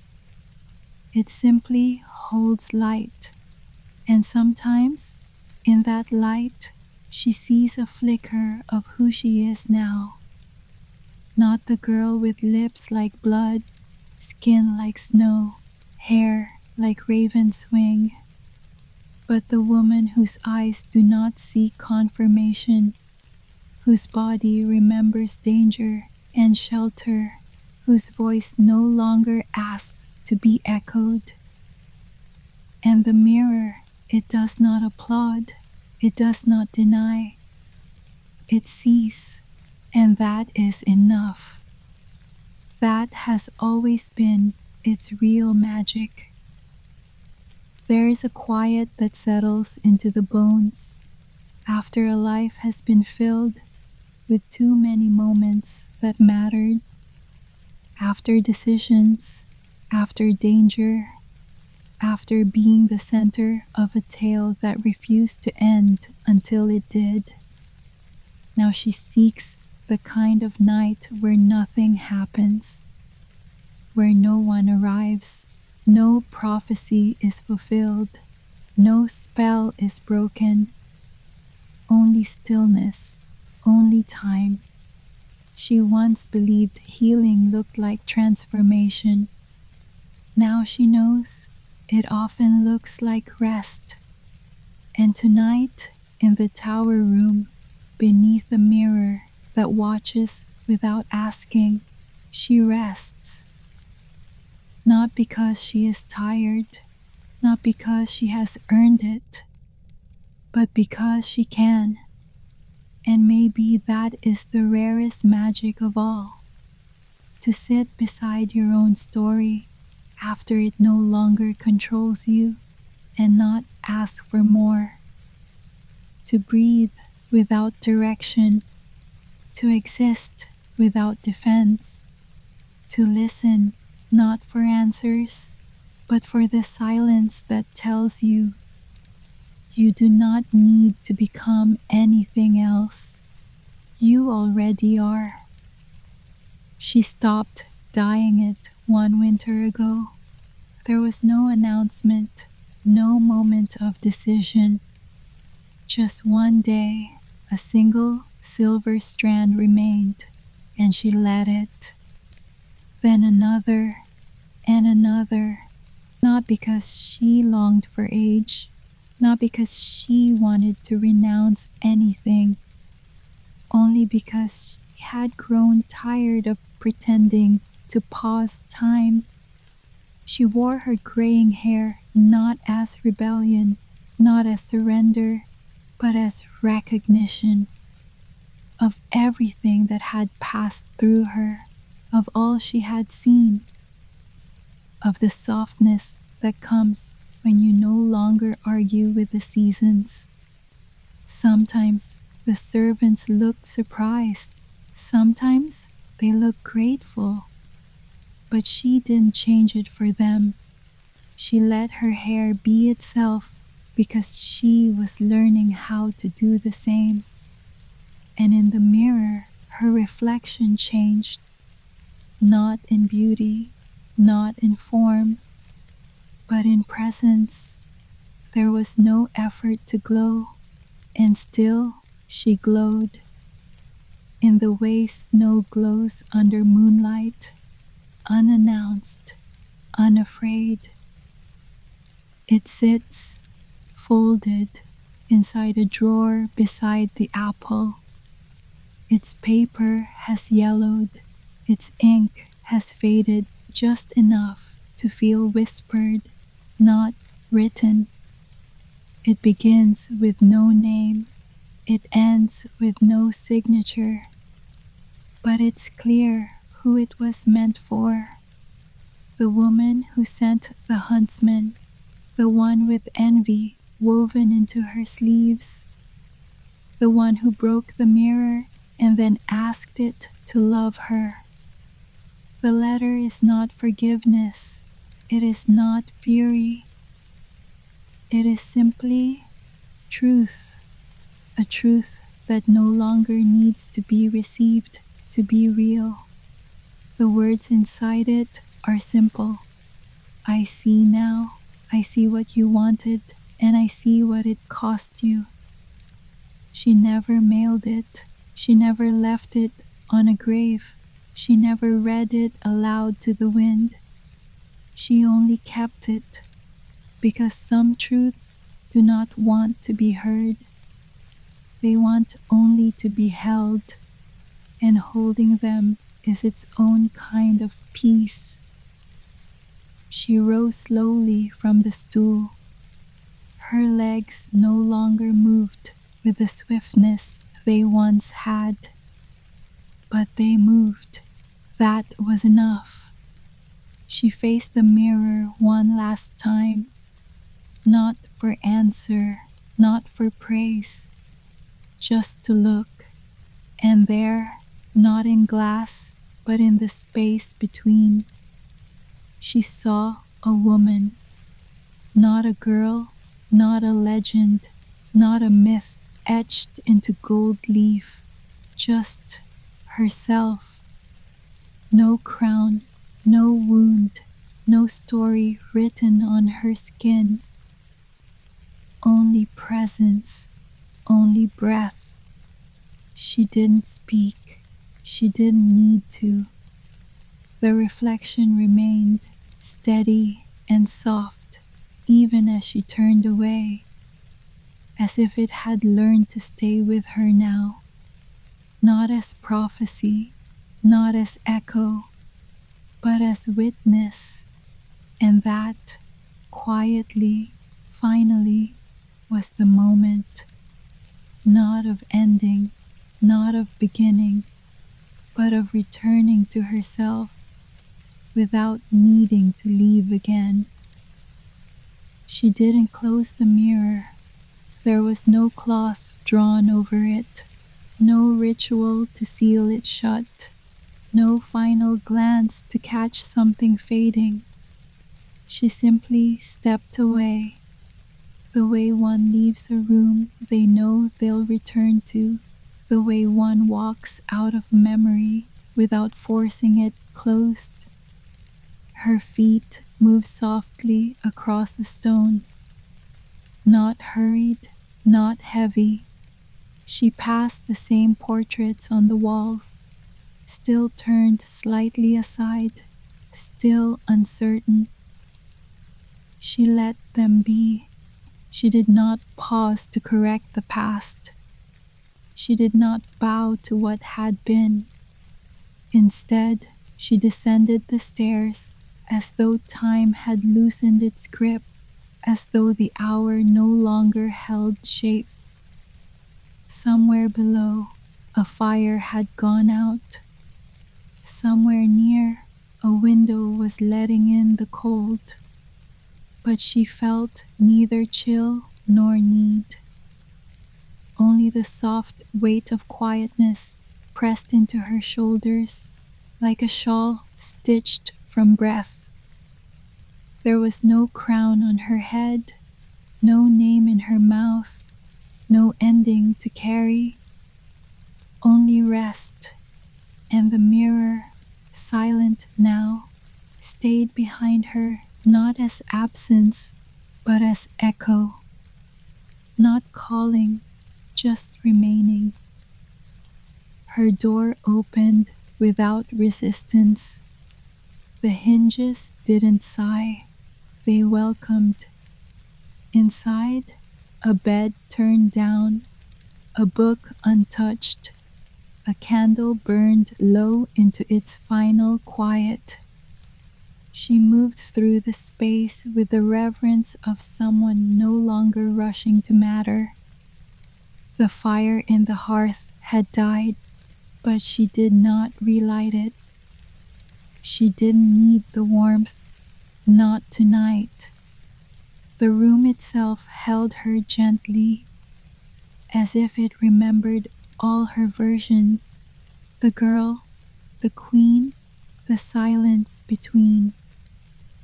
She sat at the edge of the bed, one hand resting against her knee, the other near her heart, where the ribbon had once been tied. She didn't speak. Even thoughts had quieted now. There was nothing left to name, nothing left to wonder. Only the softness of breath leaving slowly. Only the hush that comes after truth has been accepted without needing to be understood. She lay down, not to sleep, not yet, just to be horizontal in a world that would carry on without her effort. And the bed, like the mirror, received her without question, without need. The candle gave one final flicker, a whisper of flame, wavering, then still. Its glow stretched faintly across the stone floor, reaching toward her toes, but not quite touching. She did not move. She let her eyes fall closed, not like a door being shut, but like a curtain drifting in an evening breeze. She let her body forget its edges, let her thoughts drift like petals on water in a pond no one visits anymore. And in that drift, there was no story, no apple, no name, no reflection, only a woman resting, not because she had finished, not because she had won, but because the mirror, the night, and the room itself had all agreed. There was nothing left to prove, only this moment, only this breath, only this ending that was not an end. That night, she left the window slightly open, just enough for the cool to slip through, for the dark to settle gently on the sill. She didn't draw the curtains. She didn't need to keep anything out. Outside, the trees stood quiet. The stars, dim but sure, held their places without needing to be wished upon. She lay on her side, one arm tucked beneath her cheek, the other resting just where her breath rose and fell. No crown above her head, no tail beneath her feet. Only moonlight folded softly across the blanket, like memory returning without needing to speak. She didn't think of mirrors, not anymore. They had done their work. Now there was only this room, this night, this moment. And in the stillness, something very old and very quiet moved through her. Not as a voice, not as a dream, but as a knowing that no longer needed words. She didn't see it now, not on the wall, not in glass, but she felt it, a presence, a clarity, not of judgment, not of image, but of self. The mirror had once spoken, then watched.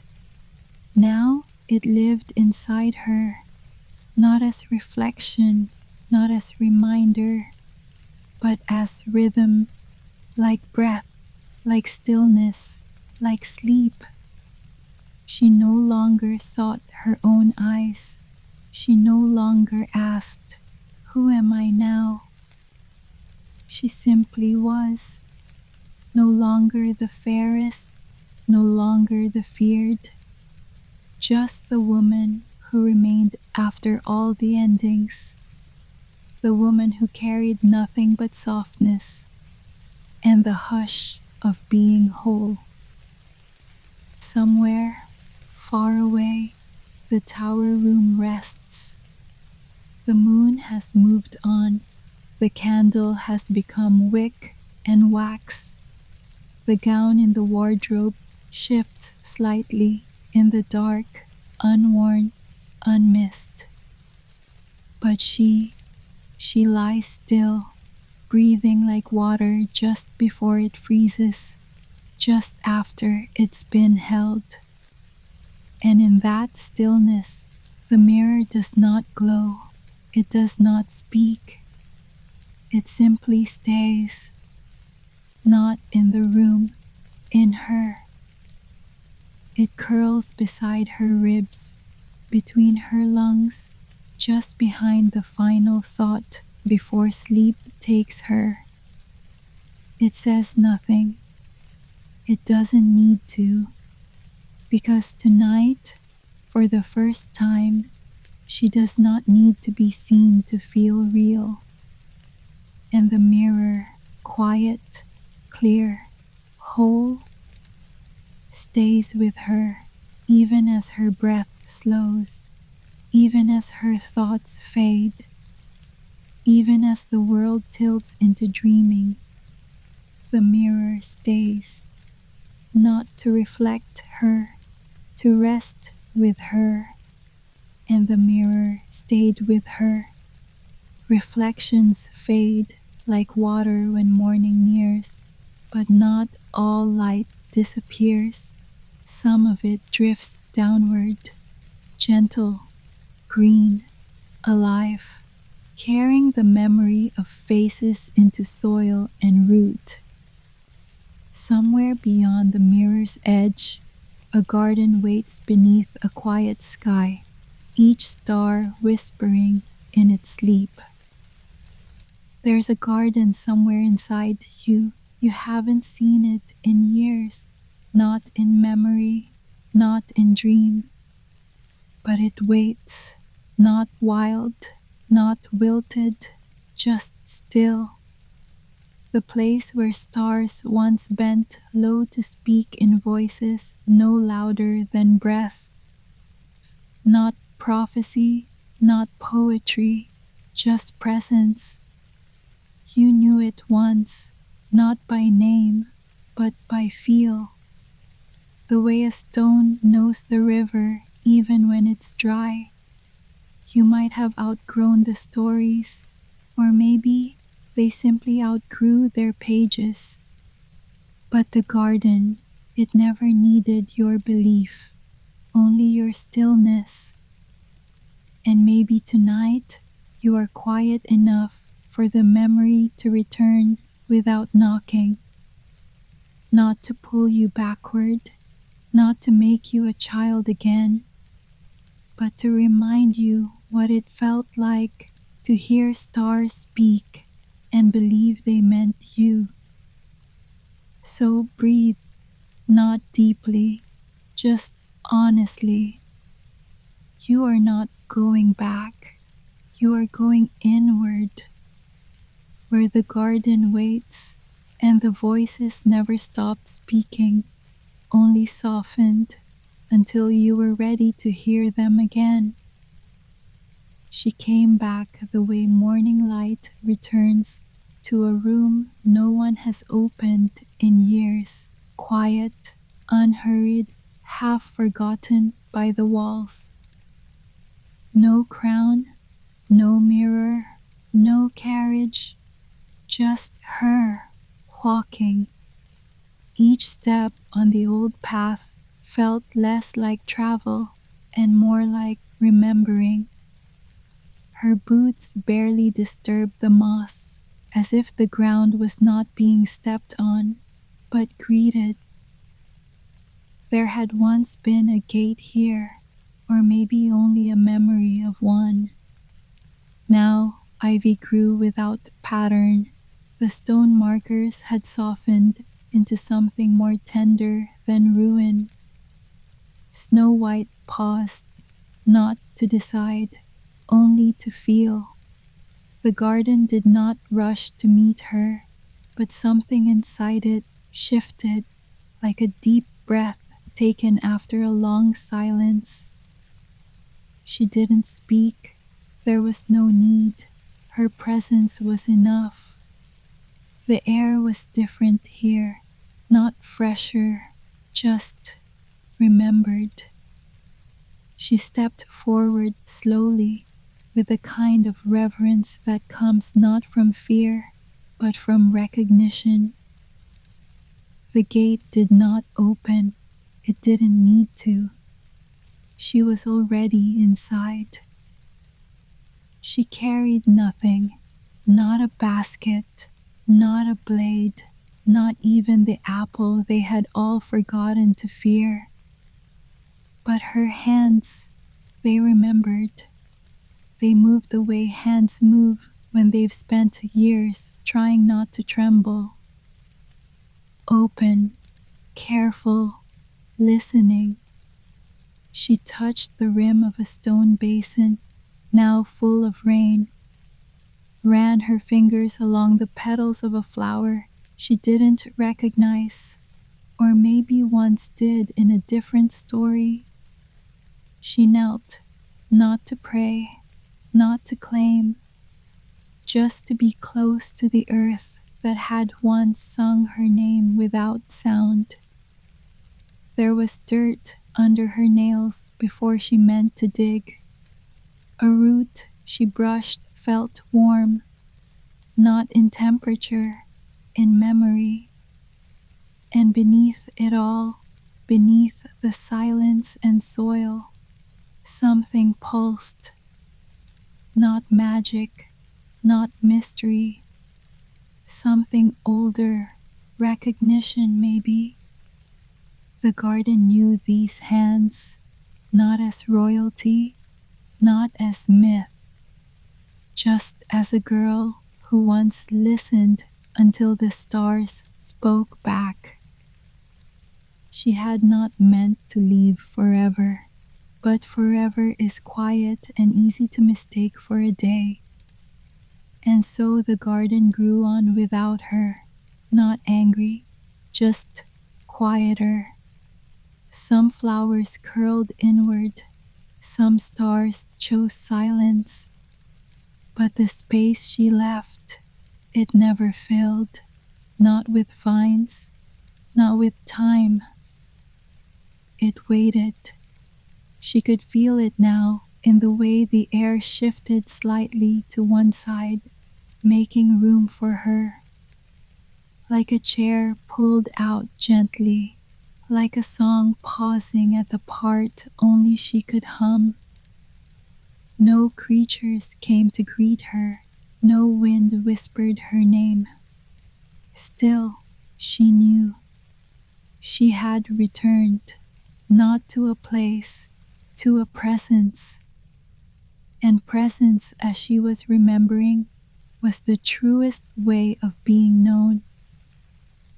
It didn't sound like a voice, not at first. It was more like the hush that follows a name spoken softly in the dark. Snow White had paused near a tree that leaned slightly sideways, as if it had spent years listening to something smaller than wind. Above her, the sky was still pale, not yet night, but almost. And in that almost, a single star appeared. Not brighter than the others, not bigger, just earlier. She looked up not with wonder, but with stillness. The star flickered once, and in that flicker, something opened. Not in the sky, in her. She didn't remember what the stars used to say, but her chest responded like an old door, recognizing the hand that once turned its knob. She closed her eyes, not to shut the world out, to let it in. And the garden, wrapped in dusk, leaned closer, not to speak, to be heard. She walked slowly now, not wandering, not searching, just allowing. Every leaf she passed seemed to breathe. Every branch angled itself just slightly, as if trying to remember the shape of her shadow. There was a flower she did not pick. Its petals were the color of sky just before it snows, pale, unsure, waiting. She knelt beside it, her hand hovering, not to claim, not to crush, just close enough for warmth. She didn't touch it, and maybe that's why it bloomed again. Further on, a pool of water had gathered in the hollow of an old stone. She saw her reflection, not as she was, but as she felt, quiet, softer around the edges, not lost, just lowered. She didn't reach in, she didn't need to. This part of her, the one that did not grab, did not explain, was beginning to return. And the garden, once wary, began to unfold like a letter never mailed. The sky darkened with the kind of patience that doesn't rush sleep. Stars began to arrive one by one, not in brilliance, but in memory. Snow White stood still, not because she was tired, but because the night deserved her stillness. There had been many nights since she'd last stood in this garden, nights of walls, nights of mirrors, nights of not listening. But this one felt different. This one had waited. The moon did not rise quickly. It slid into place like a sigh finally released. She lifted her head and let the light touch her eyelids, not like a blessing, not like forgiveness, like a return. No birds called, no branches moved, but every star seemed to lean in just slightly, just enough for her to feel that she was no longer alone. She did not speak. She didn't need to. The night heard her without sound, and in the quiet between stars, the garden began to remember its own voice. She wandered to the garden's edge, not the edge of distance, but of memory, where paths once known blur into places the mind has smoothed over. There was a circle of stones, half sunken into the earth, moss touched, asleep. She sat among them, not in the center, not above, just beside. One stone was flat, formed from nothing she could name. Its surface bore lines too delicate to be carving, too exact to be chance. She traced them lightly. Her fingers did not question. They remembered. These stones were not waiting to be moved. They were waiting to be noticed. Not every truth asks to be revealed. Some simply ask not to be forgotten. And so she sat long enough for the silence to curl around her spine, long enough for the garden to draw breath without hiding it. Nothing shifted, but everything listened, even the stones. There are sounds that don't reach the ears. She felt one now, a hum beneath the surface of thought, a kind of vibration in the hollow just under the breastbone. It wasn't music, not melody, but it moved, like something turning in the soil, like a story unwinding its thread without needing to be told. She followed it by not moving. Each breath became part of the rhythm. Each heartbeat matched a tempo she didn't know she'd missed. The garden wasn't singing, but it was remembering. And what it remembered, she felt as ache.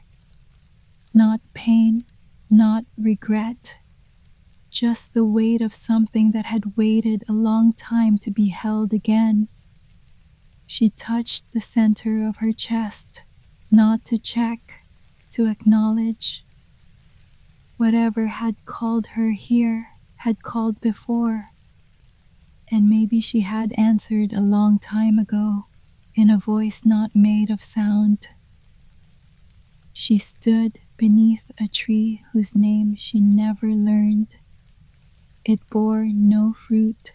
Its bark shimmered the way sleep sometimes does, present, but just beyond reach. As she stood, a single petal fell. No wind, no sound, just descent. It touched her shoulder like an old friend who never needed to speak. She didn't brush it away, didn't catch it. She let it land and rest. The petal was pale blue, the kind of color you only see when remembering. It held no scent, no pulse, and yet she felt something settle in her, not knowledge, not magic, but a kind of yes, a permission to stay, to return, not to a throne, not to a title, but to this, to the hush, to the soil, to the petal that chose her shoulder. She closed her eyes, and in the space left by language, the garden spoke. It stood deeper in the garden, the tree they had all forgotten. Its trunk curved slightly, as if bowing under stories no longer told.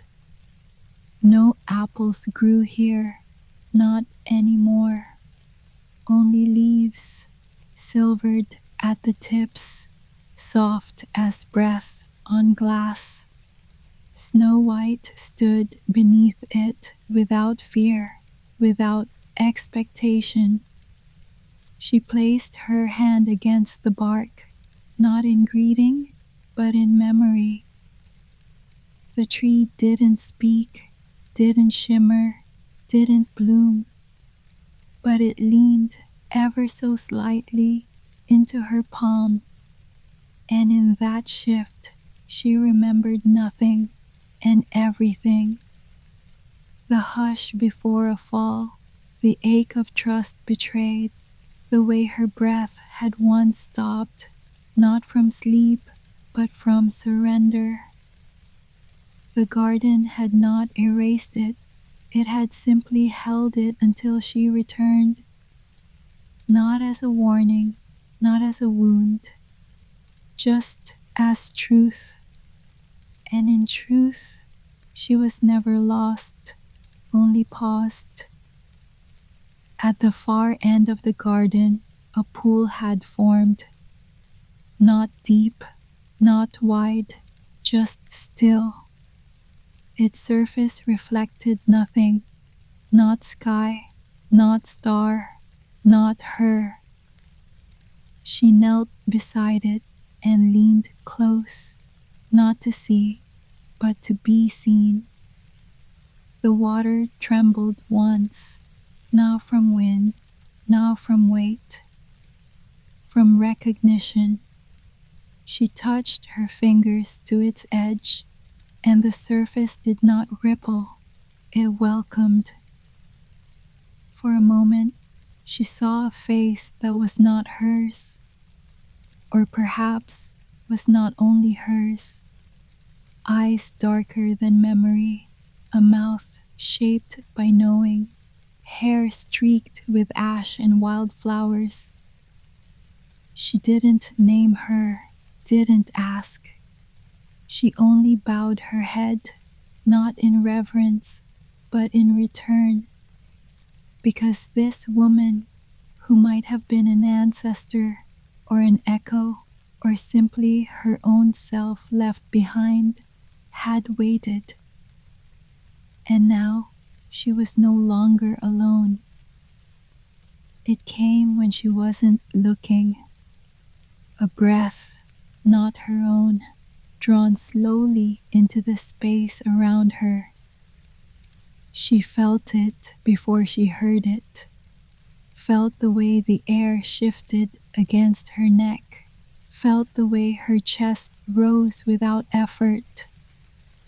It wasn't wind, it wasn't voice, it was presence, a being without shape, a memory without time. She didn't move, didn't name it, only listened. And in that listening, something inside her unfolded. Not like a story, like a seed, small, unseen, alive. The breath moved through her, around her, with her. And when it faded, she did not feel empty. She felt joined. The garden had given her nothing new, only returned what she had once buried to survive. And now, without fanfare, without spell, she carried it again, but this time with tenderness, this time without hiding. She had walked no path, and yet she found herself near the place where she began. The garden hadn't changed, not in the way people mean, but the air was quieter now, not because it grew still, but because it had been heard. She paused beneath a tree she didn't know, or maybe knew once, in a season before stories.